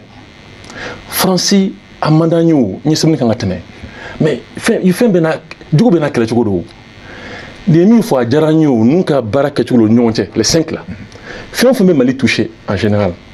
Franci DB a proposé texte de proposition que conseil de sécurité là il l'a comme fallo a fait même c'est quand c'est vrai et Moyen-Orient fait be touché Liban arabo. Voilà, bon, Arabo clairement, Angleterre, États-Unis. Donc, Liban, Arabie Saoudite, Bahreïn, Pakistan, bon, Pakistan et Maroc alliés, peuvent nous toucher. États-Unis vont proposer, ou l'Anglais vont proposer. Fin de l'Europe de l'Est, et Russie qui a fait de nous, ni de là-bas, une donnée en cancer, et Russie de le proposer. Femme de Chinois avec un environnement immédiat, Asie là, Akara Corée du Nord, Akara Corée du Sud, Akara non Corée du Sud c'est un peu Taïwan voilà, non Vietnam exactement, Chine de beaux de son proposé. Comment le béquet, what le béquet, Glabina, Abseka Fallen. Watu dokera iba soro Chine na résolution américain na résolution contre résolution obike ya famia mais au cadre mareke ma mère na 6 ans ima Russie mi na me tere fa ko ka fo anyido muna Russie matani résolution de Jota Russie ni na voilà ça mané nga renouveler voilà mais amina sigo amina so voilà débat monopolisme ils ont à redresser rapidement car redresser c'est un peu formel recadrer un peu je m'excuse du terme recadrer c'est-à-dire docteur professeur Beka situation la Kaletokomi il a la lecture comment littéraire de la situation fait un sebena tomi alibaka kalantinde non mais il quand même non ayo ma sebe non mini ka kuma yoromi mais ka kuma be no bi ijoban kana ibi aketo non précisément on l'a tout dit mais ijon rapidement c'est-à-dire aller Nations Unies qui fait mi ibolo no bla sebena amba a jekulu kono o tien bokele an ambassadeur do be daw akulobe mangana bin kera on kan do mi en 2012 ado ne kume New York on tato do mbora to amuso do ben kumbe kata bla aéroport là anana ka an papier mi Nations Unies nyefe ka be kuma kashira amasega kuma kashikuru jarakana ako alebe Mali alebe ni organisation na akachani Mali depuis Mali a signé k'a fɔ an jɛra an donna nin kɔnɔ mais ko talen bɛ ka ci Mali ma a ka expérience la ko ma deli ka kɛ Nations Unies jamana si la o y'a sɔrɔ ninnu ma don an fɛ yan fɔlɔ bin kɛra Mali kan CEDEAO ye sanction min ta ka bila Mali kan o wagati en 2012 Nations Unies o sanction kelen renforcé a ko ko terroriste nalen bɛ bi an ka jamana kan au lieu que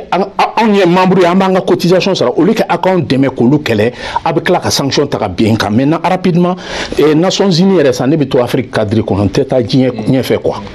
Nations Unies tara dugo la ba damne Somalie RDC Rwanda Côte d'Ivoire Rwanda génocide mu rekera Nations Unies a participé là-dedans mais maintenant c'est fort reprenez-vous ben boulot mais de toute façon RDC Centrafrique, Libéria, Sierra Leone, Mali, Niger, Burkina, Libye, Éthiopie. Nations Unies donnent ni dugu fin fait là. a dugu si ma kɛ duguya kɔfɛ bilen.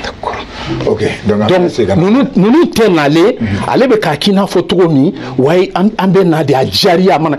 ninnu bɛ baara de la fo an ka sɔn de ma les 5 droit de veto bɛ jamana 5 min bolo dɛ ninnu bɔ n'olu ye décision min ta olu de b'a suma ka k'i kun a bɛnni ma wa voilà an tɛ sariya kan an b'o mɔn unipolaire min kɔnɔ dɛ an bɛ ka yɛlɛma ka bɔ multipolaire de kɔnɔ kuma bɛ bolo voilà non voilà Tumara i bɛ fili ka lɔnni de kan Dr Konate ye sɛbɛnniw kɛ nin fɛn ninnu kan nka n bɛ ka siran an lajɛbagaw ni an filɛbagaw kana taa tunu munna a bɛ ka diɲɛ tɔnba bila minɛn min kɔnɔ ne ka kalan tɛ droit kan i n'a fɔ Mungoro n'ale ka kalan b'o kan cogo min nka n ka baara kɔnɔna la sabu n bɛ baara kɛ lakana de kan lakana fɛn fɛn bɛ taa ni saradɔn loni ye n jagoyalen don k'an mako don o gafew la n'i y'o gafew ta a f'i ye k'a fɔ Nations Unies bɛ na jamana kɔnɔ ni kan 3 de kan fɔlɔ a bɛ na ni sɔrɔsiya birifini dɔrɔn ye kan filanan a bɛ na ni sɔrɔsiya ni maa min tɛ sɔrɔsi i n'a fɔ polisiw fo ka taa se civiliw ma Mali b'o cadre de kɔnɔna la mais kan sabanan a bɛ na ka bɛn jagoya i kan o de la a bɛ na jamana min kɔnɔ a mako tɛ k'o lamɛn nka an ta to kɔnɔna la MINUSMA min bɛ Mali kɔnɔ bi a bɛ yan a tɛ se ka foyi kɛ ni Mali ka yamaruya tɛ o de bɛ sɛbɛn kɔnɔna la hali n'i ye gafe laban min bɔra tile 3 in na n'i y'a kalan hali n'i ka loni tɛ sariya kan a sɛbɛnnen bɛ finman na kɔnɔ k'a fɔ ko an ye senkɔrɔba tintinbaga de ko an bɛ fɛn fɛn kɛ a bɛ kɛ Mali kalifala bɛ mɔgɔ minnu ma olu ka yamaruya kɔnɔna la o de la an ka minisiri jamana marabagaw ka yamaruya kɔnɔna la ani an ka lasiden min bɛ Ameriki ye u ye fɛn caman fɔ sabu mɔgɔw bɛ ɲinɛ yɔrɔnin dɔ kan n'i y'a ye nin ko ninnu nana bi an ka cakɛda filaw bɛ ka kɔnsɔrɔsiw nali ɲɛ fanga la olu de tun t'u ka baara kɛ ka ɲa n'o ye ministre des affaires étrangères ye ani voilà o de diplomasi ye ani état major c'est à dire sɔrɔsiya kalifalen mɔgɔ minnu ma ani an ka kɔfɛ kow san o san ka kɔn kabini san 2014 ka kɔn sɔrɔsiw nali fanga ɲa olu a ka kan olu k'u ka hakilila di k'a fɔ an b'a fɛ ni an ka ye cogo ye lakana ko la diɲɛ tɔn k'an dɛmɛ tan ka tigɛni yɛrɛ la i bɛ k'a ka fanga kɔnɔna la o baaraw ma kɛ ka ɲa coup d'état kelen de bon i bɛ sɔrɔsiw fɛ i tɛ sɔrɔsiw fɛ o ko wɛrɛ nka coup d'état kelen de n yɛrɛ k'a fɔ ko a ka kan diɲɛ bɛ ka n'an senkɔrɔma tintin de nka an man ka kɛ diɲɛ ka bolokɔfɛ fɛn ye an b'a fɛ diɲɛ tɔnba min b'an fɛ a ka baara kɛ tan affaires étrangères y'o baaraw daminɛ ani état major général des armées gɛrɛntɛ nana yen don o gɛrɛntɛ fɔlɔ daminɛ min fɛ o ko Faransi ma n'a bɛ baara kɛ an b'a fɛ heure 36 aw ka a fɔ an ye aw bɛna min kɛ fɔlɔ o cogoya kelen fana ko diɲɛ tɔnba ma aw nana k'a fɔ ko aw bɛ bila ani juguw ni ɲɔgɔn cɛ an b'a fɛ n'an ye yɔrɔ min lakana aw ka taa sigi yen n'a ye fɛn fana kɛ a kana jamana kɛ kɛrɛfɛden ye sabu n'aw nana dɔgɔtɔrɔso di mɔgɔw ma cogo dɔ la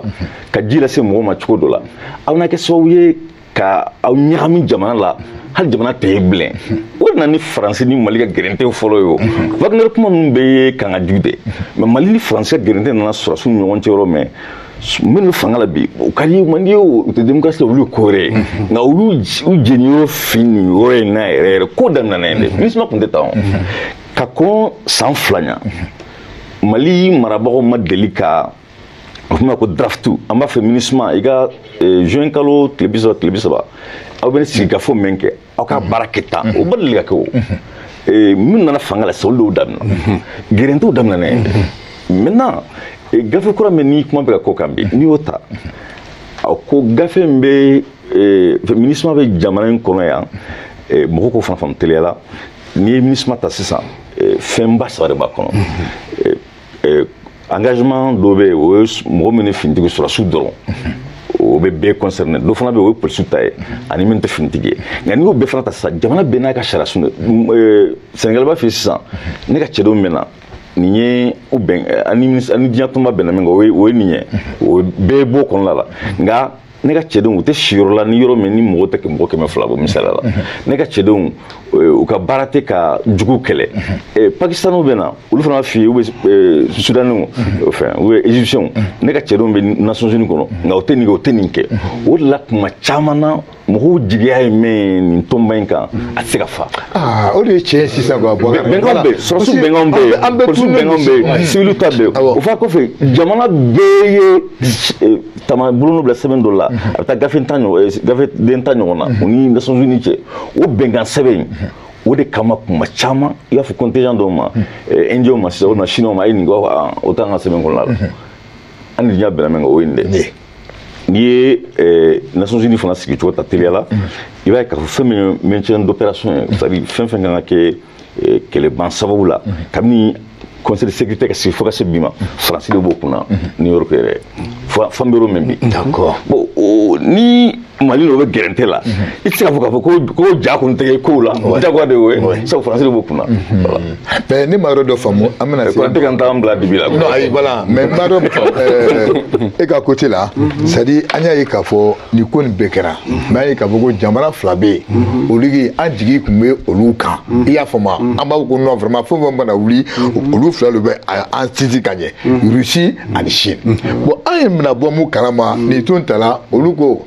e s'abstiennent. Bon, ne ma se courant famo. Oh pourtant droit de veto bo olu be se ka droit de veto ke ka ko anté jene mais absenti ni konde voilà c'est dit ni kon quoi docteur c'est ni kon ke est-ce que janfaté ni kon jukoro parce que fin de mu dugo no ana amase courant de femme ni be se ka do do yanne ka se o yoroima ka so nyingali ma o abstention ko vraiment ba fe ka fara hali bi tungara kan pour que en flel ba kana tunu vraiment Nations Unies faamuyali cogo kan MINUSMA faamuyali cogo la MINUSMA ti yan nɔ yɛrɛ sago kɛ gansan dɔrɔn an ka jamana kɔnɔ vraiment fo ka faamuya n'est-ce pas an tɛ situation na min ko sisan min ɲɔgɔn kɛra Congo ni Nations Unies an bɛ min wele UNDPKO il y a un département de mission extérieure n'o bɛ na dɔrɔn ka na jamana ta k'a mara an t'o situation kɔnɔ Mali la dɛ vraiment que ça soit clair maa si ja kana wuli n'o ye vraiment k'a fɔ komi i ko i tɛ sariya kalan na ye mais ne b'a fɔ k'a fɔ n k'o de bɛ sariya kɔnɔ n b'o da e ka sociologue ta kan n'o bɔra la ni yɛrɛ dabali banna kosɛbɛ i ka dɔnniya in na ani fɛn caman faranfasiya la n b'a fɛ ka o fana tɔ lafɔ sariya b'a fɔ cogo min na i ye fɛn dɔ fɔ ko finitigiw bon sariya kan na an b'a fɔ ko status of force agreement c'est-à-dire que aw bɛnnen don finitigi hakɛ jumɛn o ka na aw ka jamana kɔnɔ o fana wajibiyalen don ka lakile ani MINUSMA ni ou bien ani Nations Unies ni ɲɔgɔn tɛ yan'o finitigi hakɛ ka se ka na ɔ dɔ wɛrɛ fana bɛ yen n'a bɛ wele ko status of force agreement o fana ye status of mission agreement n'est-ce pas a bɛna waleya jumɛn kɛ an ka jamana kɔnɔ n'est-ce pas donc ninnu bɛɛ ye bɛnkanw ye i m'a ye donc a tɛ se ka fɔ cogo si k'a fɔ ko ninnu bɛ se ka na an yɛrɛ sagokɛ la dɛ awɔ bon o fana ka bɔ a la ne yɛrɛ bolo ni résolution in b'i b'a fɔ victoire diplomatique dɔ Mali bolo parce que an bɔra yɔrɔ jan i da sera kuma dɔ ma a mɛnna anw ka diplomatie tun ma a faamu k'a kan k'a jɔyɔrɔ fa cogo min na o kɛra a mɛnna n'est-ce pas parce que kelen mɔgɔ caman b'a miiri k'a fɔ ko diɲɛ seleke naani kun kɛlen don k'a faamu k'a fɔ ko a fɔ ko k'a fɔ k'anw ni Faransi ko gɛlɛya b'an ni ɲɔgɔn cɛ o tun faamuyalen tɛ bɛɛ fɛ koyi mɔgɔ caman b'a miiri k'a fɔ ko non bɛɛ kɔni b'a dɔn k'a fɔ ko Faransi kun bɛ ka non parce que Faransi de bɛ deli k'anw tɔgɔla kuma kɛ donc a tɛ se ka girin dɔrɔn ka ye olu sigiyɔrɔ la k'a fɔ ko non k'an ni u bɛ ɲɔgɔn na bi anw de fana ko Faransi kan na olu tɛ se ka girin k'o ye o donc gɛlɛya min b'an ni Faransi ni ɲɔgɔn cɛ fo anw de tun k'o fɔ fo k'o fɔ ka ɲɛ fo ka dɔn bɛɛ k'o faamu ne bolo o ye victoire belebeleba ye an y'a yira fana k'a fɔ ko vraiment Faransi b'a fɛ ka anw dɛmɛ cogo min na MINUSMA ka bolo kan an t'o la bon vraiment je crois que sɔn kɛra o fana ma n'est-ce pas bon donc maintenant tafika ye mun fɔ nin kɛ awɔ Russie ni voilà voilà mais nin yɔrɔ in vraiment kan ka diɲɛ nin yɔrɔ in vraiment ka tilen ka faranfasiya bɛɛ lajɛlen voilà o yɔrɔ vraiment k'a fɔ maintenant ne yɛrɛ bolo o fana ye victoire dɔ de ye an ma jɔn ka victoire anw cogo di ne ils se sont abstenus n'est-ce pas Russie y'o ka abstention kɛ mais o ye kuma min d'a kan n k'o de ye gɛlɛya bɛ Mali ni Faransi ɲɔgɔn cɛ o yɛrɛ de kama Faransi t'a fɛ anw ka kɛ Mali dɛmɛbaga dɔ ye o man dɔgɔ dɛ Russie de y'o fɔ Russie de y'o fɔ awɔ dɛ Russie y'o fɔ kɛnɛ kan effectivement n'est-ce pas o ka dɔgɔ ko France t'a fait cogo si anw n'olu comment on appelle ça olu ka gɛrɛ anw na k'anw dɛmɛ donc o y'o kuma fɔ ye de fana y'a yira k'a fɔ n'aw ma ɲɛ nin n bɛ tila ka de fɔ n bɛ tila ka Chine fɔ n bɛ ka jamana wɛrɛ de fɔ hali de fana y'a yira k'a fɔ vraiment nin t'i b'a fɔ Mali sagola ko a kɔni ka d'an résolution dɔ sɔrɔla mais nin t'i b'a fɔ vraiment min bɛ taa Mali yɛrɛ jimin sira fɛ n'est-ce pas? Chine fana ko n'a ma ɲɛ k'aw bɛ nin ko sugu kɛ a bɛ jamana accompagner de bon ni jamana accompagner hakilina t'a kɔnɔ a bɛ se ka kɛ minnu b'a fɛ ka résolution in voter c'est que hakilina wɛrɛ bɛ sɔrɔ olu fana na hali Ghana an kɛrɛfɛ Ghana yan o fana ko vraiment ni résolution in t'i b'a fɔ Mali hakilina Mali sagona Mali b'a fɛ a ka taa sira min fɛ donc c'est pour dire que ne bolo Mali kɔni sera ka fɛn sɔrɔ a tɛ deli ka fɛn min sɔrɔ depuis an ka diplomatie commencera ka taama ka waleya caman action caman kɛ n'est-ce pas voilà donc k'a fɔ ko an bɛ a k'i b'a fɔ janfa ne tɛ nin la ye janfa ye ne yɛrɛ kɔni bolo voilà k'a fɔ ne bolo victoire belebeleba don Mali bolo et puis n b'a fɛ ka min fɔ ka d'a kan hakɛ to koyi Mali ye fɛn caman de laɲini minnu ma kɛ document in kɔnɔ. Voilà, parce que voilà, il y a par exemple coup t'a fait ani Barkan ka jɛɲɔgɔnya baara cogo in n'est-ce pas o bɔra kɔnɔ a ma kɛ ten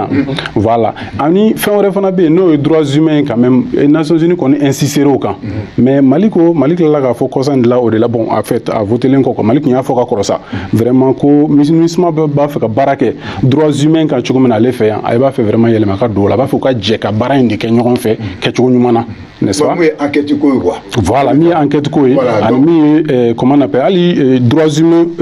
suivi adamaden hakɛ voilà merci beaucoup n'est-ce pas o hakɛ fasali n'est-ce pas voilà donc o kɛcogo Mali kɔnɔ yan nɔ n'est-ce pas ne b'a fɛ ka min fɔ ka da o kan Traoré c'est à dire que tuma dɔ la komi anw kumakan ma mɛn ka ɲɛ waati bɛɛ anw de taara an jɔ Faransi kɔfɛ siɲɛ caman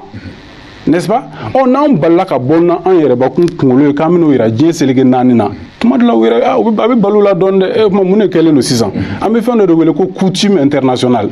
coutume internationale nin bi diɲɛ sariyaw la n'i k'i bɛ droit international ta c'est-à-dire que a kɛra fɛn min bɛ deli ka kɛ ni maa t'a fɔ ayi a ma ni bɛɛ jɛlen don n'a ye bɛɛ b'a ye o ye cogo in na maa ti fɛn fɔ pour que k'a nɔgɔya woro ka taa n'a ye muso nɔfɛ a bɛ sɛbɛn o sariya dɔ kɔnɔ an bolo yan ayiwa bon an kɔni b'a dɔn k'a fɔ o kɔni sen bɛ an ka furu wale dɔw la bon pour que ka coutume ɲɛfɔ quoi n'est-ce pas donc o bɛ yen ten bɛɛ sigilen don n'o ye k'a fɔ ko ni furuko kuma fɔra woroko kuma b'a la woro bɛna taa bon coutume bɛ o cogo de la c'est k'a fɔ ko bɛɛ sigilen don n'a ye bɛɛ b'a ye ten bɛɛ jɛlen don n'a ye ten maa ti ɲininkali k'a la ɲuman don ko en tout cas o bɛ ten donc Faransi mɛnna o coutume o rôle in kɔnɔ an bolo voilà. C'est une victoire. Oui. Est-ce que allez mon fond nous aider à calculer ça? Non, les calculer. Et puis non, calculer. En fait, le livre c'est maintenant les droits humains dans la politique étrangère des États-Unis d'Amérique. Ou à livre nous calcule. Ah mais écoute non mais nous c'est une nouvelle voilà que je partage avec eux voilà parce que les droits humains dans la politique étrangère des États-Unis d'Amérique les droits humains dans la politique étrangère des États-Unis d'Amérique donc et consentement des partis c'est-à-dire k'a fɔ ko Nations Unies ka nin ɲɔgɔn baara bolo tɛ se ka na jamana kɔnɔ ten ni jamana kɔnɔ ni jamana mɔgɔw ma jɛn n'a ye ko bi kɛ ni u b'a fɛ ka na bɛn diyagoya aw kan o ye tiɲɛ ye kɛ mais a bi kɛ fana hali k'a sɔrɔ ni u natɔ y'i bara u m'o hakilina bila ɲɛfɛ mais ko kan u y'o hakilina sɔrɔ o bi kɛ o ne bɛ kuma ni fɛn fila de ye min bɛ sariya kɔnɔ ani min bɛ kɛ terrain kan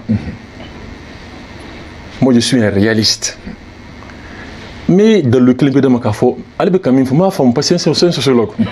mais n t'ale ta faamu ni Mali si c'est vrai dans la réalité ko MINUSMA tɛ se ka foyi kɛ mun ma diya anw ye mais an ye fɛn joli ye depuis bɛ ka tile c'est pas seulement les militaires hein. Depuis Souibeka on a demandé un mandat robuste au Conseil de sécurité. On l'a? Non, on l'a pas. Non. On l'a jamais eu. Non, on l'a jamais eu. Malheureusement, on l'a jamais eu. On l'a pas eu parce que sur le terrain, on l'a pas eu. 2015. On l'a pas eu. Maintenant, qu'est-ce que c'est qu'un mandat robuste? Je vais te dire ça. On n'a pas eu de mandat robuste. Même là, on n'a pas de mandat robuste. Pourquoi on parle de mandat robuste? On a eu une expérience au Congo. Mandat robuste, c'est un voilà, mandat robuste. C'est là. Voilà, avec la. En fait, mandat robuste, mais vous voyez ou bien madame dit Nignon Baradjekuluma. Ka fanga do dama ani mino mun ba to abise ka jugu gen ya famia ku kele ya famia robustesse nana ni idée a ka sinzi au Congo de le Congo MONUSCO B depuis 1960 ya famia Congo be fleur Congo Kinshasa voilà Zaïre quoi Zaïre voilà OK d'accord China ama nyelike quoi j'ai envie de dire ni mi fo ni semaine kaka ni critique chamanke Nations Unies ka mission non kan iba ta biolon vla ani nani duru mi réussi là ne ka jetla atete ne woroka ni a nyini en 2013 ni a fait une fait fo du côté quoi motak mo ne ka fele mi ministre kana wele j'avais écrit le 11 février 2013 nous tous mes séries la Dakar sans de recherche nga sebeni a sebena a tira ide kama anana akuluba nga stratégie on kan na faté ka Nations Unies mo wele ka fukana nuka au président la paix en fer nga na fatola nga na fa mina on misma comme me fora no esida o kunye ala inga kubena keleke bolo misigi ngodi on ka keleke bere nyuma nga sinzi o kan an kana son toashla kan ka jedi français ma ka foku kata concession mo parce que nous nana ya ngam tout awatu don d'accord mais donc consentement des partis galomando bon fentement be anyini o maçon adoy me nina an ko ni wati ngono ni an ministre des affaires étrangères ka kuma me conseil sécurité là ya famia ka foko mi ministre mo ka se ka ta yoro mi uja an jamana kono surtout be déployer mon na ko on te janaye ou nous beta vraiment au kan an janyini et puis nanko ou secrétaire na ukana tay ta mandakala au conservateur ko ma coûter son ma maintenant voilà ça ne tient vieux ne dans ça mais tu sais ay ta kalan le conseil de sécurité a rejeté cette demande si c'est vrai que ils ne sont là que pendant consentement ils vont pas faire ça. Non, moi je ne sais pas de la réalité. Ni le langage diplomatique, c'est un langage diplomatique. Ni la sécurité a décidé quoi à la chapitre 7 qu'on a qu'à ban. Ma kalaye, nous mettons au Kamoba. Non, conséquence mais mal même dans parce que moi c'est moi dois dire comme les mégaphone fonta à de tout non mais j'ai nebe minfo à dans le texte qu'on a quel ni be que terrain quand mbo don faut qu'on donne carré à be terrain ma de l'udi ma be donc il y a quelqu'un qui a dit là que c'est pas vrai ni langage diplomatique ni considéré qu'on sous chapitre 7 kaban ya famille abi comment to be ngene c'est lui qui a le plein pouvoir attention hein et mi fait qu'on fasse un foyer et diplomatie et bien la main c'est normal ou le faire quand on fait de bola et ni me moi jamana kan e ba don katma kan ni ki ko roke al na ma no rebulo avec les bolo tiangelo o kan fa defana bola mais c'est la diplomatie na gem la sur de là ils vont imposer leur désir ni fangabana enfin on va faire là ça devient des rapports en ce moment ça va être du coup sur le plan des rapports de force donc on fait entendre maintenant c'est kasi nga kuma kono et commandant ouais amena au président chacun va avoir déjà voilà ay mi fengele parce que ne ma sika rom Russie ni Chine mena o jabisa ne pourquoi mena o jabisa voilà na mara beaucoup mana mo de jabi voilà ni be anga kikuya soyons réalistes ma no réellement ni le betia kan fo et boucler wallahi be kam min ke jamu voilà be kam min ke kulwali la amandi dinganindo voilà ibe ka a nyinin kana abara kana ferama ka ashwe kana ferama ka afanga doya o ye bingali ye fɛn mun na ti bɛn ne dun kan ka n ka jɛn di walasa e ka na n bɛ kuma simplifier ka faamu ne bɛ min bɔ n da la ni tiɲɛ don ne bɛ n dusukun na n b'a fɔ de n t'a di voilà non nɔgɔ tɛ kuma in na non c'est comme ça n b'a fɔ de n t'a di voilà j'ai ce droit o kɛra o cas caman kɛra Nations Unies o ko tuma kɛra ils ont bloqué la a ma tɛmɛ a belebeleba yɛrɛ kɛra Israël kun kan Israël kun kan résolution n'a taara a kɛra France ka initiative ye o a ka Angleterre ta a kɛra jamana o jamana ye a fanba Américains b'a u ka veto bila a tɛ tɛmɛ u ye min bloqué a ka ca ni 60 ye a ka ca ni 60 ye u b'a bloqué a tɛ tɛmɛ donc mais min fi mana bɔ kuma na maa ɲɛ bɛ nɔgɔ b'a la de o ni a b'u dusukun na ni tiɲɛ don o b'o de kɛ mun n'a risuma kɛ an b'o de f'i ye voilà risuma m'a bloqué o Chine m'a bloqué o voilà on m'a bloqué baw u y'a faamu de u yɛrɛ ye u n'u ka ye cogo la nafa min b'olu ni ninnu cɛ olu ka taabolo n'u ka taasira la u ni jɔnw cɛ mais u n'u ɲɛ ɲɔgɔn cɛ kɛ les autres puissances là non ne bɛ n hakili la voilà ma tila kuma na yɛrɛ c'est un élément de mon raisonnement j'ai pas fait mon raisonnement donc a dɔ ye nafa min b'u ni ɲɔgɔn cɛ parce que kana ɲinɛ an ka rasa ye dɔnkili dɔ la a bɛɛ tiɲɛ sa mais ça simplifie les choses quoi pour que minnu tɛ u k'a faamu quoi ko i bɛ n'i ye Afghanistan to ye mais Tajikistan nɔgɔya ye u b'a fɔ voilà ça simplifie mais ni ɲɔgɔn de bɛ en réalité kuma dɔ la ninnu ni ɲɔgɔn cɛ nin bɛ fɔ coulisses de kɔnɔ couloir de kɔnɔ i y'a faamuya bɛɛ kɔni tɛ opposé nin na nin fana bɛ na n kun kan wala n kun kan i bɛ nin kɛ tan o y'a dɔ ye a bɛɛ t'o ye dɛ a y'a dɔ ye a filanan de kungo bɛ se ka kɛ jumɛn ye tugun parce que ne ka hypothèse de f'i ye possibilité quoi parce que ne t'a kɔnɔ k'a fɔ min y'a yɛrɛ donc ne je te montre les possibilités o y'a dɔ ye o bɛ se ka dɔ ye k'a fɔ arrangement wɛrɛ bɛ yen o fana hakili bɛ fɛn wɛrɛ la parce que o bɛɛ bɛ conseiller u bɛɛ b'a négocier de o bɛɛ ka intérêt baw n'u ka champ baw bɛ yen o ye dɔ ye dɔ fana ye jumɛn ye a bɛ se ka kɛ ninnu minnu n'u m'u opposé u y'a ye Mali n'u wulu fɛ u y'u terima ye u ni Mali kumana bon Nations Unies ka to yan anw fɛ yan ani a ka bɔ yan pepewu jumɛn kɔlɔlɔ ka bon Mali ma nin fana bɛ se ka kɛ a sababu dɔ ye kuma lamɛn dɛ mais n bɛ se ka kɛ a sababu dɔ ye mais u k'a ye k'a fɔ n'a y'a bloqué ils vont plier les bagages, c'est clair. Donc,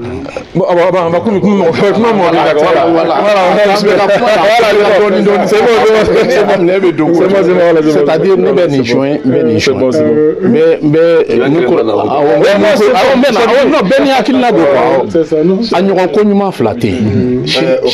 Chine ni Russie ka abstention a ɲɔgɔn ko ɲuman fila tɛ yen a sababuya ye jumɛn ye olu b'a kɛla n'olu ko k'u bɛ droit de veto kɛ ka imposer n'u b'a kɛ ka Mali de dɛmɛ est-ce que Mali a demandé ko MINUSMA kana n'a ka dugu kɔnɔ exactement Mali m'a demandé Mali m'o demandé o olu bɛ se k'u pan Mali ɲɛ cogo di ka taa wa an bɛ droit de le Mali n'a pas demandé que MINUSMA tɛ na Mali a ka condition de fɔ et puis i bɛna lajɛ la diplomatie chinoise et puis russe travaillent en commun accord avec la diplomatie malienne. Donc, ni yɛrɛ de ɲɔgɔn succès ma deli ka kɛ il y a 11 ans an ka jamana kun kan depuis ni kɛlɛ in donna anw fɛ yan tout le temps résolution bɛ taa dɔrɔn a bɛ tɛmɛ a bɛ tɛmɛ e kuma dɔ fɔ sisan yɔrɔ dɔ bɛ yen ne m'o yɔrɔ faamu MINUSMA nin o papier mun taara nin c'est à dire o taara n'a ye Nations Unies na donc c'est à dire que anw fɛ an b'a fɛ de o ka to yen mais o ka laɲini ye an sago ye mun ye donc an b'a fɛ o kan ka baara kɛ mais e savait que olu ŋanɛ ko o ka to yen non c'est-à-dire même min fi ɲɛna Mali bɛ est-ce que quelque part an ma chinois ni russiw janfa an m'u janfa c'est-à-dire an m'u janfa yɔrɔ jumɛn kan sama bɛ doni ta n'a fanga ye mɛnɛmɛnɛ fana b'a ta n'a fanga ye Mali bɛ posture min na an ka posture ka gɛlɛn n'an ko k'an bɛna sisan ko k'a fɔ MINUSMA ka bɔ an ka jamana kɔnɔ Nations Unies est la seule organisation politique au monde min bɛ kuma diɲɛ tɔgɔ la a bɛna kɛ i n'a fɔ an y'an kɔ da diɲɛ bɛɛ de kɔ ani CEDEAO ta kɛra yan mɔgɔ caman bɔra ka diɲɛ kuma sugu bɛɛ fɔ an ma La diplomatie malienne, comme elle a photo, mais moi, on t'a gagné du sujet, mais gagné hakili. Elle m'a gagné du sujet. Aïe, à quoi on t'a demandé Kenny du sujet. On a bekeni hakili. Ni a jate. Voilà. Donc maintenant, sinon, abstention est du moins 600. Car faut ou tena possibilité ça va de tout mener ni jamana duru be bolo. Soit ils vont voter contre, soit ou abstention ta ou bien ils vont voter pour. Aux possibilités ça va de tout le monde. Donc veto côté. Ah, vous savez pourquoi les contre veto j'ai voté contre. Donc c'est-à-dire au lieu de ce que droit de veto ta et kasoro on yere ma demandé qu'on Nations Unies ministre ka boanga dugu kono kele flana ka professeur on ye garibouye on ye donné nyini na dongo do ne école de ne donné nyini nti ayira ko ne kungolo la ta kay ni état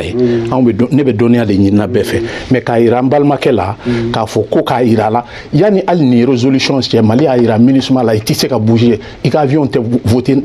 panama autorisation dima ou mo de cadre kono yana ka c'est une résolution voter lima. OK. Donc c'est pour te montrer que on be ka tabolo minka et tout le temps avec référence il fait que chapitre 7 quand chapitre 7 anglais ne veut pas anglais la cause non you live in my country c'est-à-dire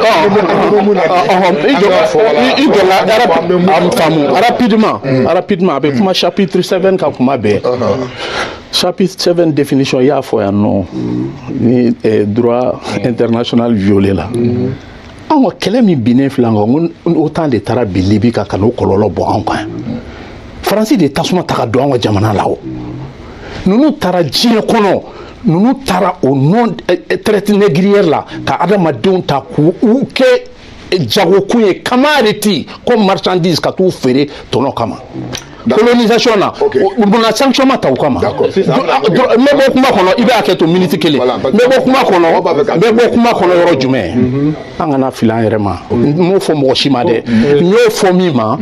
on a droit de l'homme dont depuis charte de Kouroukan Fouka en 1236 nous nous nyao d'accord lu tena on kala fo donc beaucoup ma kono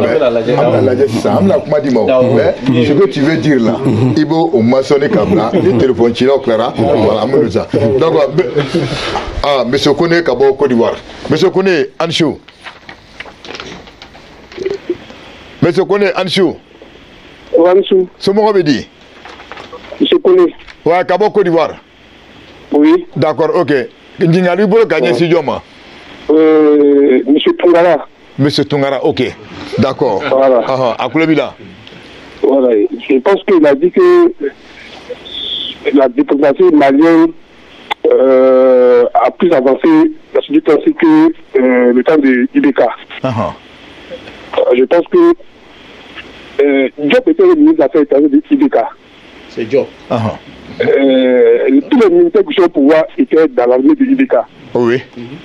Donc, comment se fait-il que c'est maintenant Diop s'est réveillé ou bien c'est parce que IBK l'a empêché d'aller aux Nations Unies ou l'a empêché les militaires de faire leur travail.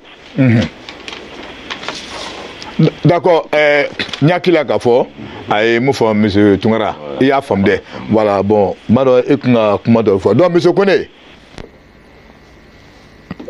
monsieur, il est parti? D'accord, donc.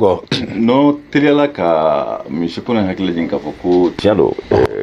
Dr. Konate da Serama, il y a ce que la Kanakota Fananga, Baromania Rome, Fanga son Fanama Cardon, akara français o akara G5 Sahel o akara ministre o ma caman ban ala min bana fileba o la taron ka fɔ ko nunun bɛ ka koɲa bɛ an ka Mali baarakɛyɔrɔ min bolo o de ye ministre des affaires étrangères o ka mandaw bɛ valider yen dɛ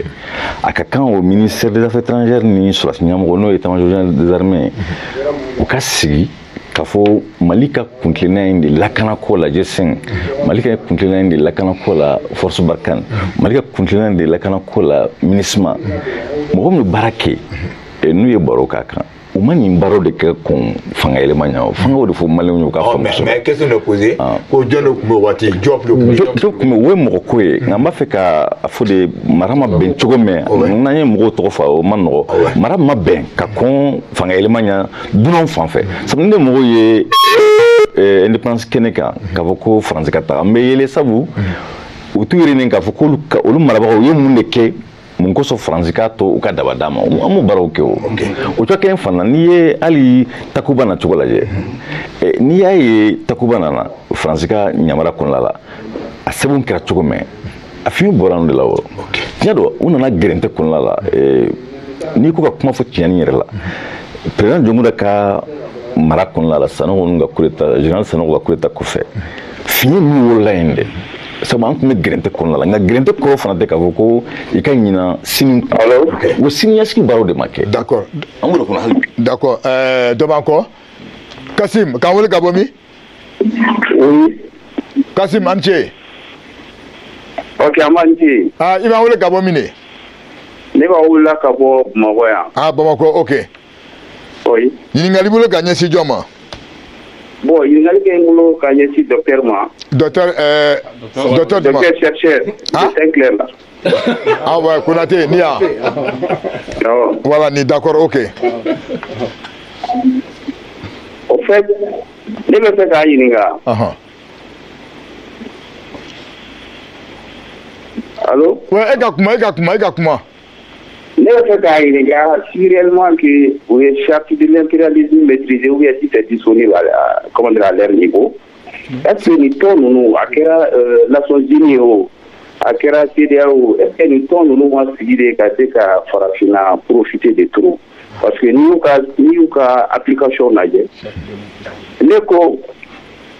n'i ye charte de l'impérialisme est-ce que a bɛ à son niveau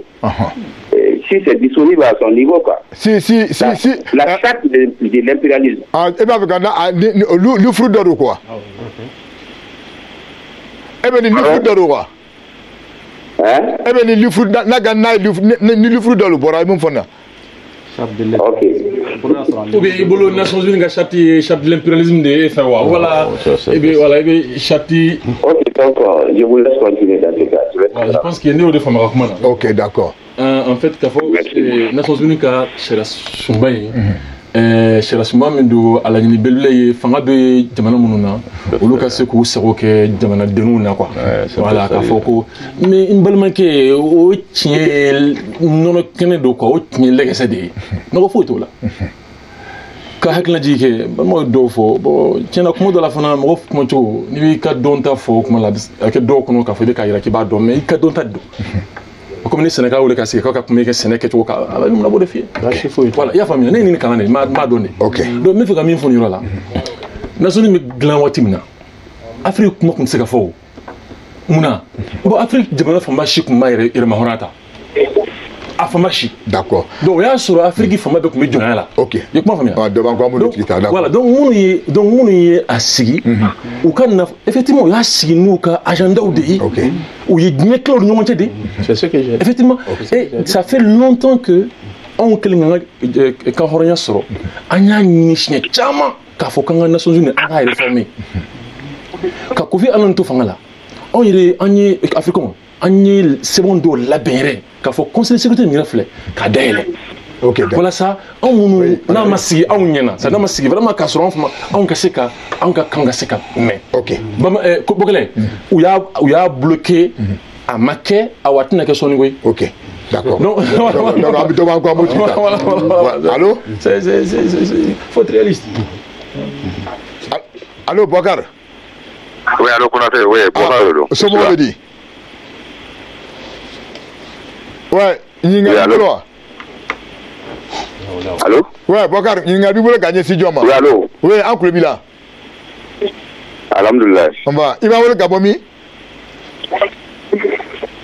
ouais nyinga be mbolo ouais d'accord gagner si joma min ko ay recherche manken il sait pas pas recherche qui est à zone de là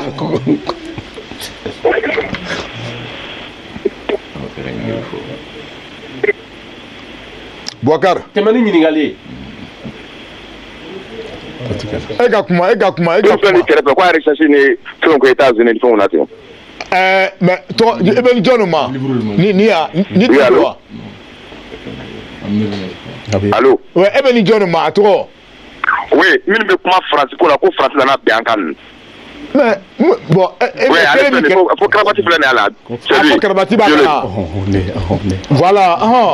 monsieur Koulibaly, voilà. Allez, voilà. Monsieur Koulibaly, voilà. OK. Attendez, voilà. Qu'est-ce que vous voulez vas-y. Ah monsieur Koulibaly, oui. Ouais. Bon, je voulais dire à monsieur Koulibaly que à quand famille à Foko, on fera avancer quoi. On a avancé du mana. À quoi France comment nous là quoi. Ah d'accord, OK. À Famira. On a avancé, donc Mali peut on a vu avancer. En fait français au fait tout nous. À ceux de France français il y a embargo blanc français c'est des c'est mais l'embargo ou l'anta on a vu avancer. Il a quelle solution pour nous? Solution ne va pas aller boulot. Même pas tout Mali peut avancer. D'accord. Non. Merci. OK, tu as bien compris. OK, voilà. D'accord, donc tu vas répondre. Oui, OK. Je vais répondre directement. C'est-à-dire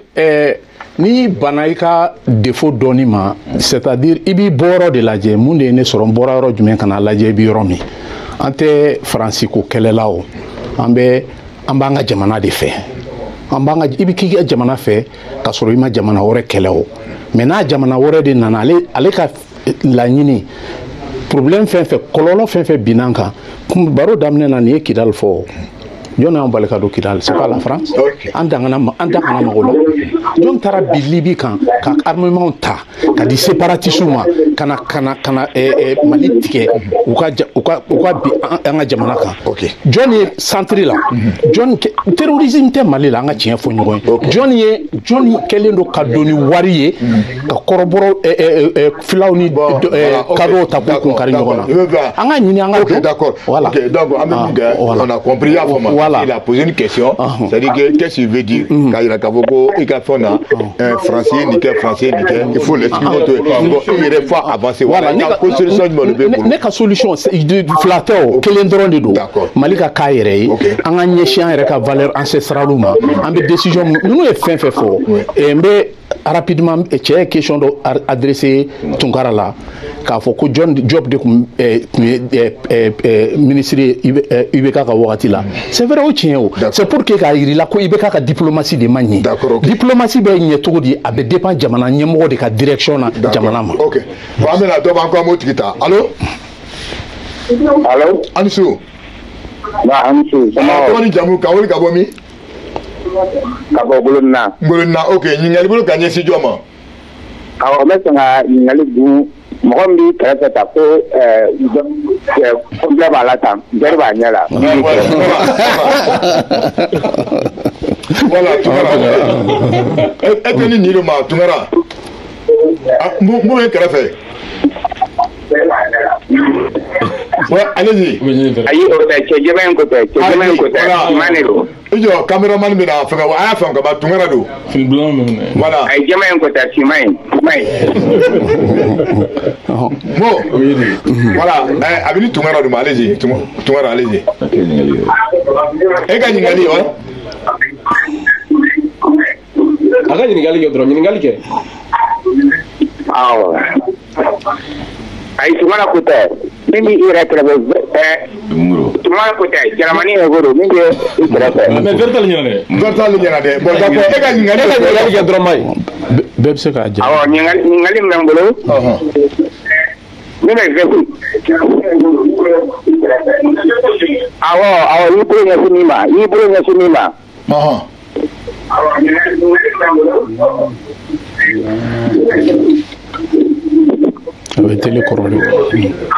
D'accord Mamakɛ n'hakili la k'a fɔ i bɛ mabɔ télé kɛrɛfɛ sɛya kuma tɛ faamuya dɛ. Awɔ ɲininkali min bɛ n bolo sisan. Awɔ.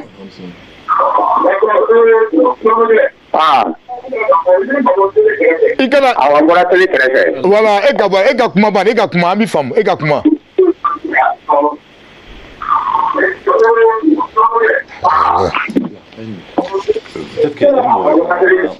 Ala mɔgɔ la faamu k'a fɔ ko manda ye mana o bisi de Mali la an un chapitre 7 de Konla. C'est vraiment important. Oui, parce qu'après. Oui, en fait, comme il dit, on va faire un temps de Konla. Non, c'est quoi la robustesse? Bon, d'accord. Mais allez, voilà,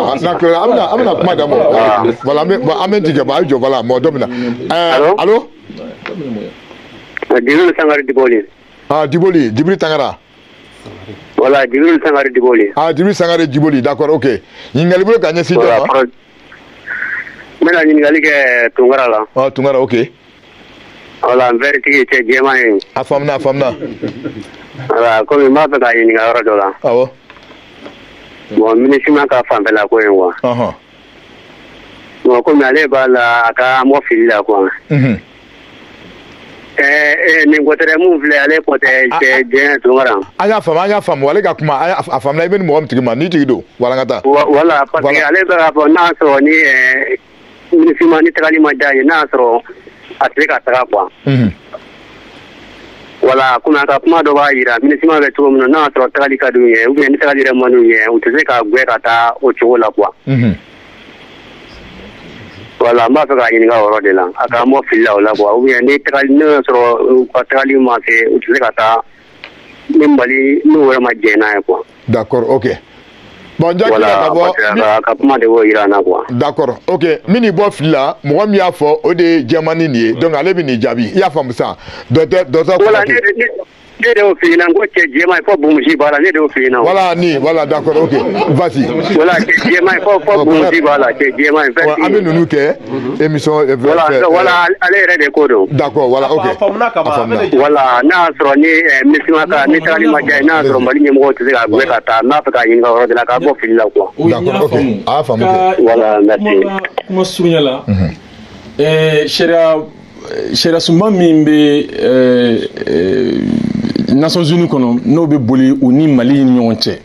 ni minisima yɛrɛ sigili yɛrɛ lasuli bɛ bɔ o kɔnɔ o de b'a jira ko ni Nations Unies ni Conseil de sécurité sɔnna k'a fɔ ko gɛlɛya min bɛ jamana dɔ kɔnɔ komi Mali kɔnɔ bi in na kɛlɛ don ni a bɛ kɔlɔlɔ bɛ se diɲɛma yɛrɛ ka lakana ma ka daminɛ sigiɲɔgɔn na fo ka se diɲɛma tɔw ma ko olu de bɛ yamaruya ta k'a fɔ mun kan ka kɛ walasa ka o kɛlɛ datugu voilà donc n'i y'o faamu Mali tɛ se bibi in na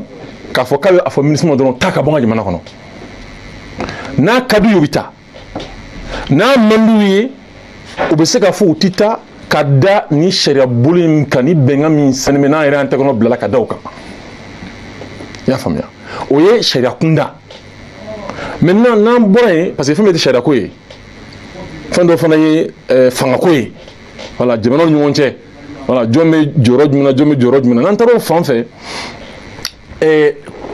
lajɛli bɛ kɛ minnu bɛ conseil de sécurité kɔnɔ olu yɛrɛ ka nafa intérêt n'u y'o jateminɛ ka ɲɛsin Mali yɛrɛ ma u ka taa tiɲɛ don o tɛ foyi tiɲɛ olu ye au contraire u bɛ nɔgɔya de s'olu ma u bɛ taa. Alors n'u y'a yɛrɛ fana ko o nafa n'u intérêt ninnu n'olu taara u bɛ compromis n'u y'a ye fana ko moyen b'u bolo ka se k'o défend an ka jamana kɔnɔ u bɛ to yen i y'a faamuya o dɔw yɛrɛ kɛra o ma kɛ ni sariya sira yɛrɛ ye a hakili jigin États-Unis 2003 États-Unis y'a ka intervention kɛ Irak ka taa bin Irak jamana kan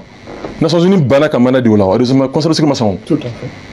Mais États-Unis y'a ye k'a fɔ k'ale ka nafa belebele bingani na Irak a dɔw tun ye pétrole ko ye a dɔw tun ye élection ko ye ka élection kun sera Bush tun bɛ en très bas dans les sondages o n'a ɲɔgɔn caman mais u taara bi u kɔnɔ o ma kɛ yan u ma san 10 ɲɔgɔn kɛ yen wa donc o ye sariya ko yɛrɛ tun t'o la o ye dɔrɔn nafa bɛ u taara i y'a faamuya donc ka sigi ka kuma kɔnɔ bi bi in na anw bɛ MINUSMA ka mana na n'o ye chapitre 7 ye n'o ye ka jira k'a fɔ sisan yamaruya bɛ anw bolo k'a fɔ mun ni mun kan ka kɛ ka yamaruya ta walasa ka na ni bɛn ni lakana a ka jamana kɔnɔ donc an b'o min kɔ MINUSMA la bi in na o t'a to Mali ka se k'a fɔ nɔgɔya la ten ta ka bɔ yen o ta ka bɔ yen ta ka bɔ yen u b'a lajɛ de donc n'a bɛn o bɛ taa n'a ma bɛn o bɛ se ka to an ka jamana kɔnɔ mais a fana kɔlɔlɔ don dɛ n'o y'a sɔrɔ anw jamana kɔnɔden minnu bɛ ɲɔgɔn faamu minnu tun bɛ ka ɲɔgɔn minɛ u bɛ nin bɛɛ jateminɛ jamana jumɛn kɔnɔ n'a fɔra ko an bɛ ka ɲɔgɔn minɛ an ka girin o bɛ taa a caman bɛ taa parce que a bɛ da ɲɔgɔn de u bɛ fɛnw supérieure de i y'a faamuya mais anw bɛ cogo min na bi in na o de tun an fara ɲɔgɔn kan fɔlɔ an ka priorité de an bɛ ka fili o de la kan n bɛ bɔ kuma na nin ye hakɛ to job k'a to i bɛ ka ministère des affaires étrangères la a ye yamaruya a ye fɛn caman ɲini o ma kɛ nin mana in kɔnɔ nin mana ɲɔgɔn kolon a mana ka dɔgɔn u ye mana tan ɲɔgɔn de voté sisan mana kɔn 10 ɲɔgɔn n bɛ se k'a fɔ ni mana saba fila bɛ mun ye kolon ye nin ma fila kɔnɔ ni ɲɔgɔn mana kolon ka dɔgɔn min dira MINUSMA ma nin mana in na pour la première fois ne k'a ye ne ye baara kɛ MINUSMA na u ma yamaruya di MINUSMA ma kɛrɛnkɛrɛnnen k'a fɔ a ye jamana dɛmɛ ka élection labɛn o tɛ nin mada kɔnɔ a ye jamana dɛmɛ ka élection labɛn o tɛ nin mada kɔnɔ mana o tɛmɛna u kumana tourisme kɛlɛli kan k'a fɔ MINUSMA bɛ se ka dɛmɛ don u m'a fɔ k'u bɛ taa à l'offensive o waati de la mɔgɔw kun ko cette fois-ci on a un mandat robuste parce que u ye tourisme ko kɛlɛ ko kuma u y'a fu ka mada kɔnɔ mais an ye kɛnɛ kan ka fɔ ma kɛ an ka jamana ɲɛmɔgɔ a waati la u ye kiiri bolo u ko mun na a ka mana kɔnɔ a y'a jira k'a b'an dɛmɛ fɛn la mais a tɛ ka foyi kɛ u ko mun ko moyen t'an bolo matériel ma di anw ma Nations Unies fɛ k'a fɔ an bɛ se k'o kɛlɛ kɛ o matériel tiɲɛ de fana b'a to an k'u ma aw kana voler yan u ma voler yan mun na parce que olu ka baara yɛrɛ sigi cogo fɛ fɛn fɛn ye kɛlɛ ye kɛlɛkɛminɛ min bɛ kɛ min kɛlɛkɛminɛ offensif ka bɔ k'u bɛ fanga wɛrɛ kɛlɛ u y'o o fanga da Barkhane de kun Barkhane de tun b'o jɔyɔrɔ fa k'u dɛmɛ o la Barkhane dun an k'olu ka y'an bila olu bɛ ka taa voilà u taara an bɛna ko wala dɔɔnin na min na bon o kuma ka dun quoi parce que an ye fɛn caman kɛ an kuma dɔ kuma na donc bref Barkhane taara donc o kɔrɔ ye de Barkhane taara o bɛ se k'a fɔ k'u bɛ o sɔrɔ cogo di balimakɛ o minɛn t'u bolo k'u b'o sɔrɔ n'o ye o i y'a faamuya donc n bɛ fɛ k'o yɔrɔnin o ka diya mɔgɔ donc sisan ce qu'on va faire maintenant monsieur docteur maintenant i kuma ye ka kuma dɔ fɔ il y a 2 minutes e yɛrɛ fɛ solution jumɛn de bɛ e yɛrɛ bolo tɛ e k'o ɲɛfɔ maliyɛn bɛɛ don ɲɛ b'i la voilà. Oui, d'accord. D'abord ne b'a fɛ ka segin yɔrɔ dɔ kan vraiment fɛn dɔ bɛ yen fo ka faranfasiya ka ɲɛ a t'i b'a fɔ an kɛn tɛ k'a faamu k'a fɔ ko jamanaw ni ɲɔgɔn cɛ k'u bɛ fɛɛrɛ misɛnninw kɛ pour que ka se ka ɲɔgɔn dan cogo min na ou bien ka se ɲɔgɔn na cogo min na o faamunen don a t'i b'a fɔ fana an t'a dɔn k'a fɔ ko jamanaw bɛ yen minnu b'a fɛ ka MINUSMA don o sira fɛ ka anw kɛlɛ ou bien ka anw lafɛgɛya an b'o kalama dɛ mais n ko de min ka fɔ fo k'a faranfasiya fo bɛɛ k'o faamu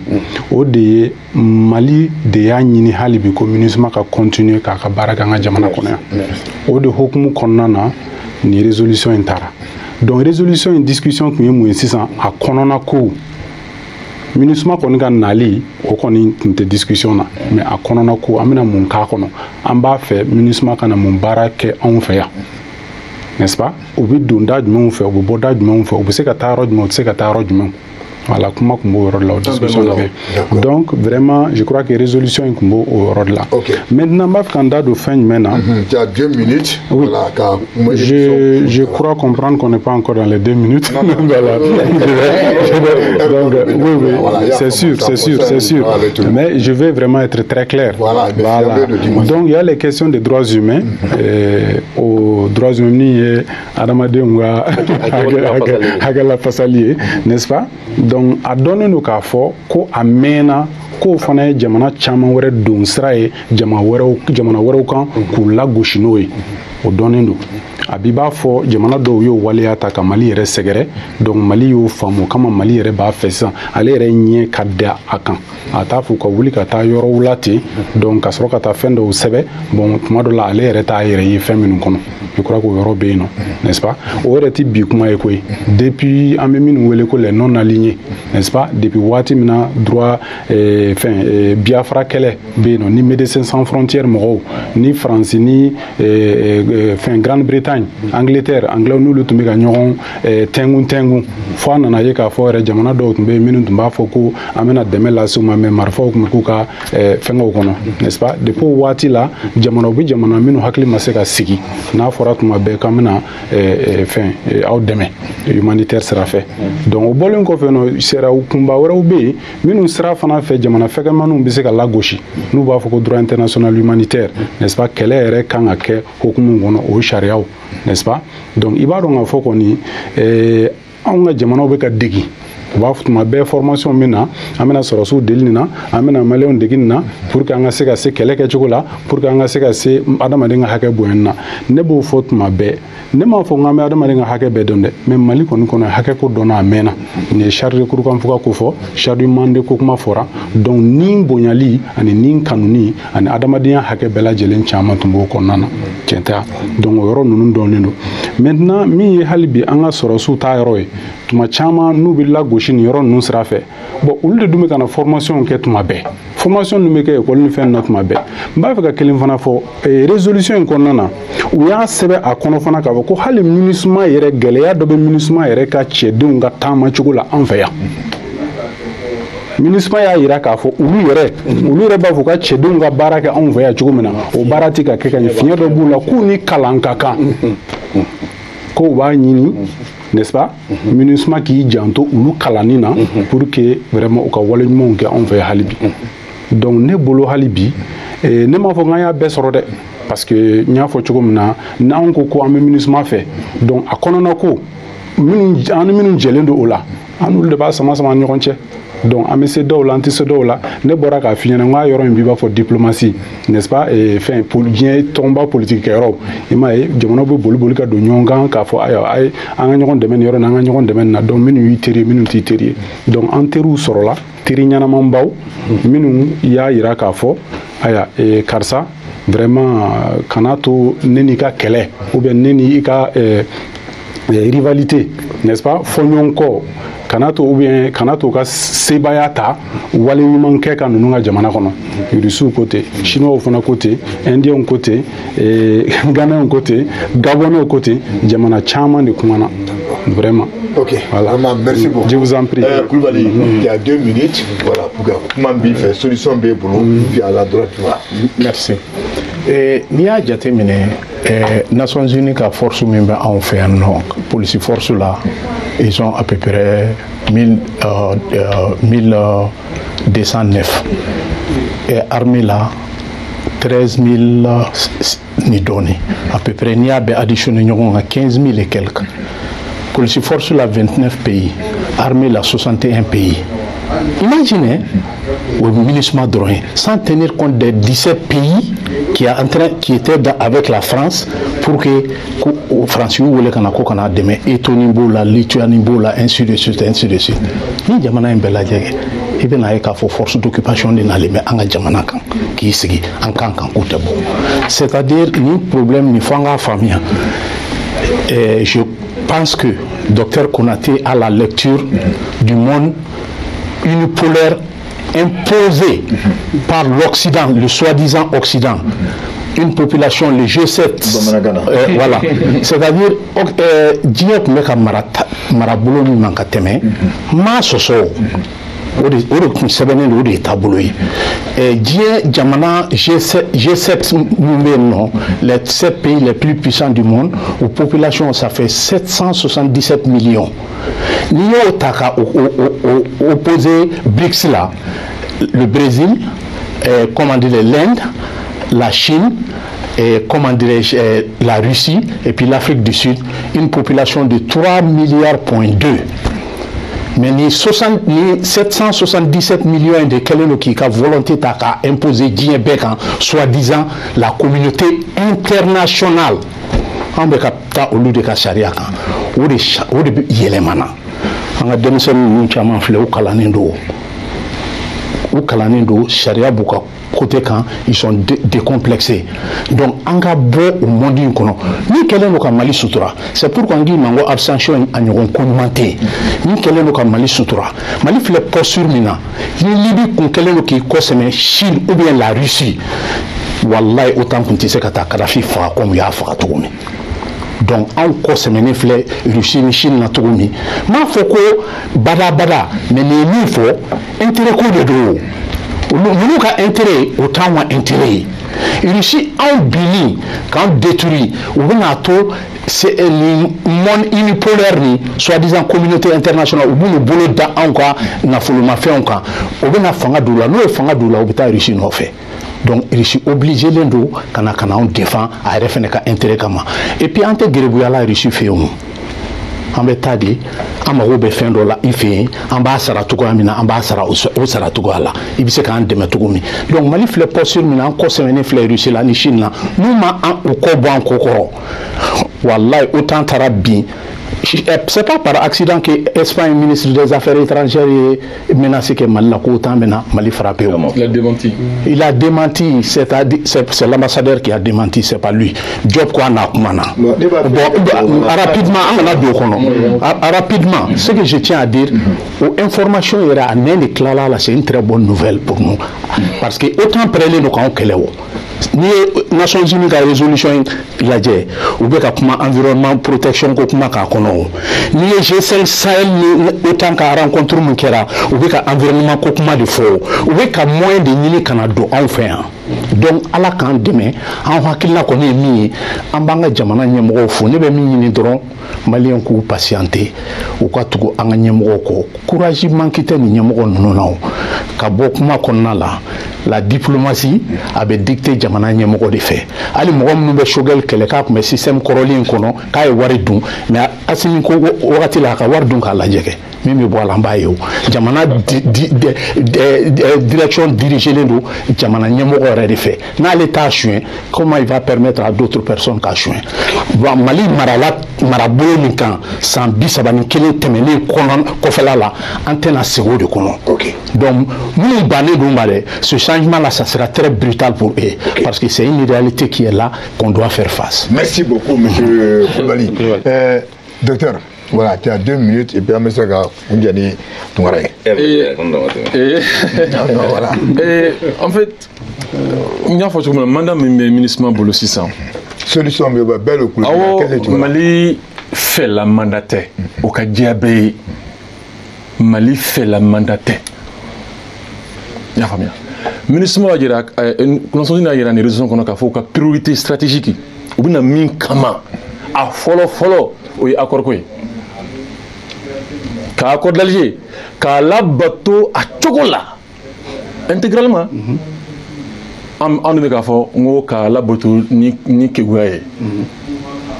Anga gouvernement côté. Avant jimeno ngo do nya fo 2019 an asilo yesira ka fo accord surtout 2019 dinila ka fo ko ka si ka fo ka akonof ka afale. Kuma bɛ senna maintenant soso ni y'a yira k'a fɔ olu ka laɲini min ye min fɔ ministre ye ka fɛɛrɛ kɛ k'a la bato olu ka laɲini fɔlɔ u ka priorité fɔlɔ o de ye a filɛ ye jumɛn ye n k'o fɔ ye o tɛ an ye min ɲini ye dɛ sécurité ko ye dɛ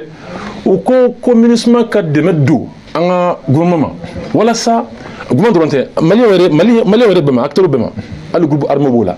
u ka se ka fɛɛrɛ sɛbɛn dɔ ɲini une stratégie politique inclusive. Mais ne sait qu'à tout, quel moment fait à durer ni qu'à ce qu'on donne qu'au kele. Ou a priorité ça dit folle. Pardon. Ni fla des mandats et colomare. On a la n'entend priorité qu'on a. Donc mes familles fouillent. Un syndic douma. Ministre bien. N'a pas de bala en euro. Minté la canne favela mini. Nous sommes relativement de Mali. Peut-être on a fait de banque, développement français. Au pays, nous sommes là, il y a des ministres il y a la haute de droit. Voilà, au pays, allez nous te à quelque chose que nous avons au pays, à nous tient, ou te cligner, on a fait de coups de water, américain, en Ouassada là-bas. À quelle fin, en effet, on a beau kumado qu'on a au daton, on fait quelque chose, on a barré quelque chose, on sur sous cadné ne sur si karamɔgɔ ye nin y'a kɛ école d'état-major national Kulukoro la min ye adamadenw ka hakɛ ani kɛtaw n'o ye droits humains hakɛ ni kɛta fila de don o kalanni ye sɔrɔsiw kun kɛlɛ waatiw la n y'o k'o kun san 5 an b'o kalan a la an ka sɔrɔsiw b'o kalan sɔrɔ i y'a faamuya mais i kɛra jɛkulu kɛra cogo cogo t'anw dɔrɔn ye hali olu fɛ yen o bɛ yen o i bɛ taa sɔrɔ dɔw bɛ yen u tulo ka gɛlɛn o i b'a sɔrɔ dɔw bɛ yen o dansago kama sina ka gelengoyi kuma le ka ye initri ka be ɲɔgɔn fɛ sa be kuma na dɔrɔn a be tɛmɛ dɔrɔn min dɔ be éclater a be sa i ɲɛkɔrɔ ka a sogo kila o be fɛn min da i hakili kan bɛɛ tɛ si yɛrɛ la o kuma la dɔ be filiw yɛrɛ ma ɲɛmɔgɔ be min fili yɛrɛ o t'o mɛn u taa u be dɔw bɛn u be kojugu k'o la o fɛnw be se ka kɛ o mais olu ye dansago wale olu ma ca o laɲini ye min ye n'o o kɛra yɔrɔ o yɔrɔ la komi an ka jamana ɲɛmɔgɔ y'a fɔ cogo min na o ka sɛgɛsɛgɛ o ka dɔn o ka ɲangi maaw ka bɔ o kalama o y'a solution dɔ ye a filan ye jumɛn c'est vrai que ministre na u ko min ye droit de l'homme ko ye u b'o baara kɛ a cogo la cogo min y'u diya an ka nɔgɔya u bolo a sabanan ye jumɛn ye Mali dɛ an ka Mali an ka ɲɛsin yɛrɛ ma fɔlɔ man an ka Maliw de fara ɲɔgɔn kan fɔlɔ man n'o de fɔ kuma bɛɛ an k'o de kɛ fɔlɔ anw yɛrɛ de an k'an yɛrɛ ka baara cogo mara cogo falen man an k'a kɛ ladiriya kɔnɔ fɔlɔ man dɛnɛ de an ka dɛnɛ in de kɔrɔya an yɛrɛ n'an ka Malidenw cɛ fɔlɔ man n'an y'o fanga sɔrɔ sisan i y'a faamuya fɛn fɛn nin tɔ ye kɛnɛmadugu ni a kɛlɛli bɛ nɔgɔya an bolo d'accord monsieur Tunkara teliyara kuma siɲɛ saba kɛlɛ tɔgɔ jɔyɔrɔba de b'o la ka se ka kɛlɛ kɔnɔla faamu kɛlɛ min b'an fɛ bi diɲɛ tɔgɔ la n'o ye MINUSMA ye o kɔrɔ k'a fɔ k'a bɛ Mali ka ɲamara de kɔnɔ kɛlɛ tɔgɔ ka bon kosɛbɛ droit de l'homme yɛrɛ b'o dɔn kosɛbɛ kɛlɛ min tɔgɔ b'an fɛ n'o ye MINUSMA ye a bɛ kɛ Mali ka ɲamara kɔnɔla la mais sika tɛmɛ fana n'i ye décembre fɛɛrɛw ta fo ka se bi ma marabagaw fɛ u ka ye cogo la a dɔw la san 3 san 5 u na se ka MINUSMA jɔyɔrɔ fa hali nu MINUSMA tɛ ka se ka Maliɲɛnw wasa kɛlɛ ta fana ka marifatigi to yɔrɔ yɛrɛ la dɔrɔn a bɛ kojugukɛla siran olu kama bi a ka kan MINUSMA ka to yan hakilila filanan teliyala an ka mɔgɔ ma sɔn k'a fɔ ko faransi ka MINUSMA mɔgɔw senkɔrɔma tintin lakanako ta fana kɛrɛnkɛrɛnyala pankurunko ta fana o yɔrɔ nka o cogoya kelen fana MINUSMA fana ni tun bɛ faransi senkɔrɔma tintin ni bɛn kɛra kan o tun ye u filaw ni ɲɔgɔn ka bɛnkan ye nka Mali ma sɔn ma sabu Mali ye faransi ja ye a b'a fɛ ka don ni MINUSMA sababu la n y'a fɔ n ka kuma daminɛ kɔnɔna la k'a fɔ ko diɲɛlatigɛ tɔnba in yɛrɛ ka dɛmɛli yɛrɛ sababu bɛ yɔrɔ min n'o New York ye o faaba la fɛn min ye kɛlɛbanw ni kɛlɛkunbɛn fɛɛrɛw ye kabini a ka sigi fo bi faransi de b'o camancɛ o fɛn o ɲɛmɔgɔya la ka da o kan faransi jɔyɔrɔ ka bɔ MINUSMA la kosɛbɛ hali n'i ye MINUSMA yɛrɛ jɔyɔrɔbaw ta ɲɛmɔgɔba bɔra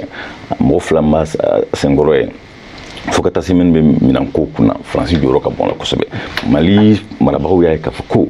n'u ye sɔnna k'a fɔ faransi ka MINUSMA senkɔrɔma tintin ni gɛrɛntɛ cunna kan a bɛ komi faransi ma taga o y'o ja de ye sabanan teliyala Konate da magara la MINUSMA ka hakilila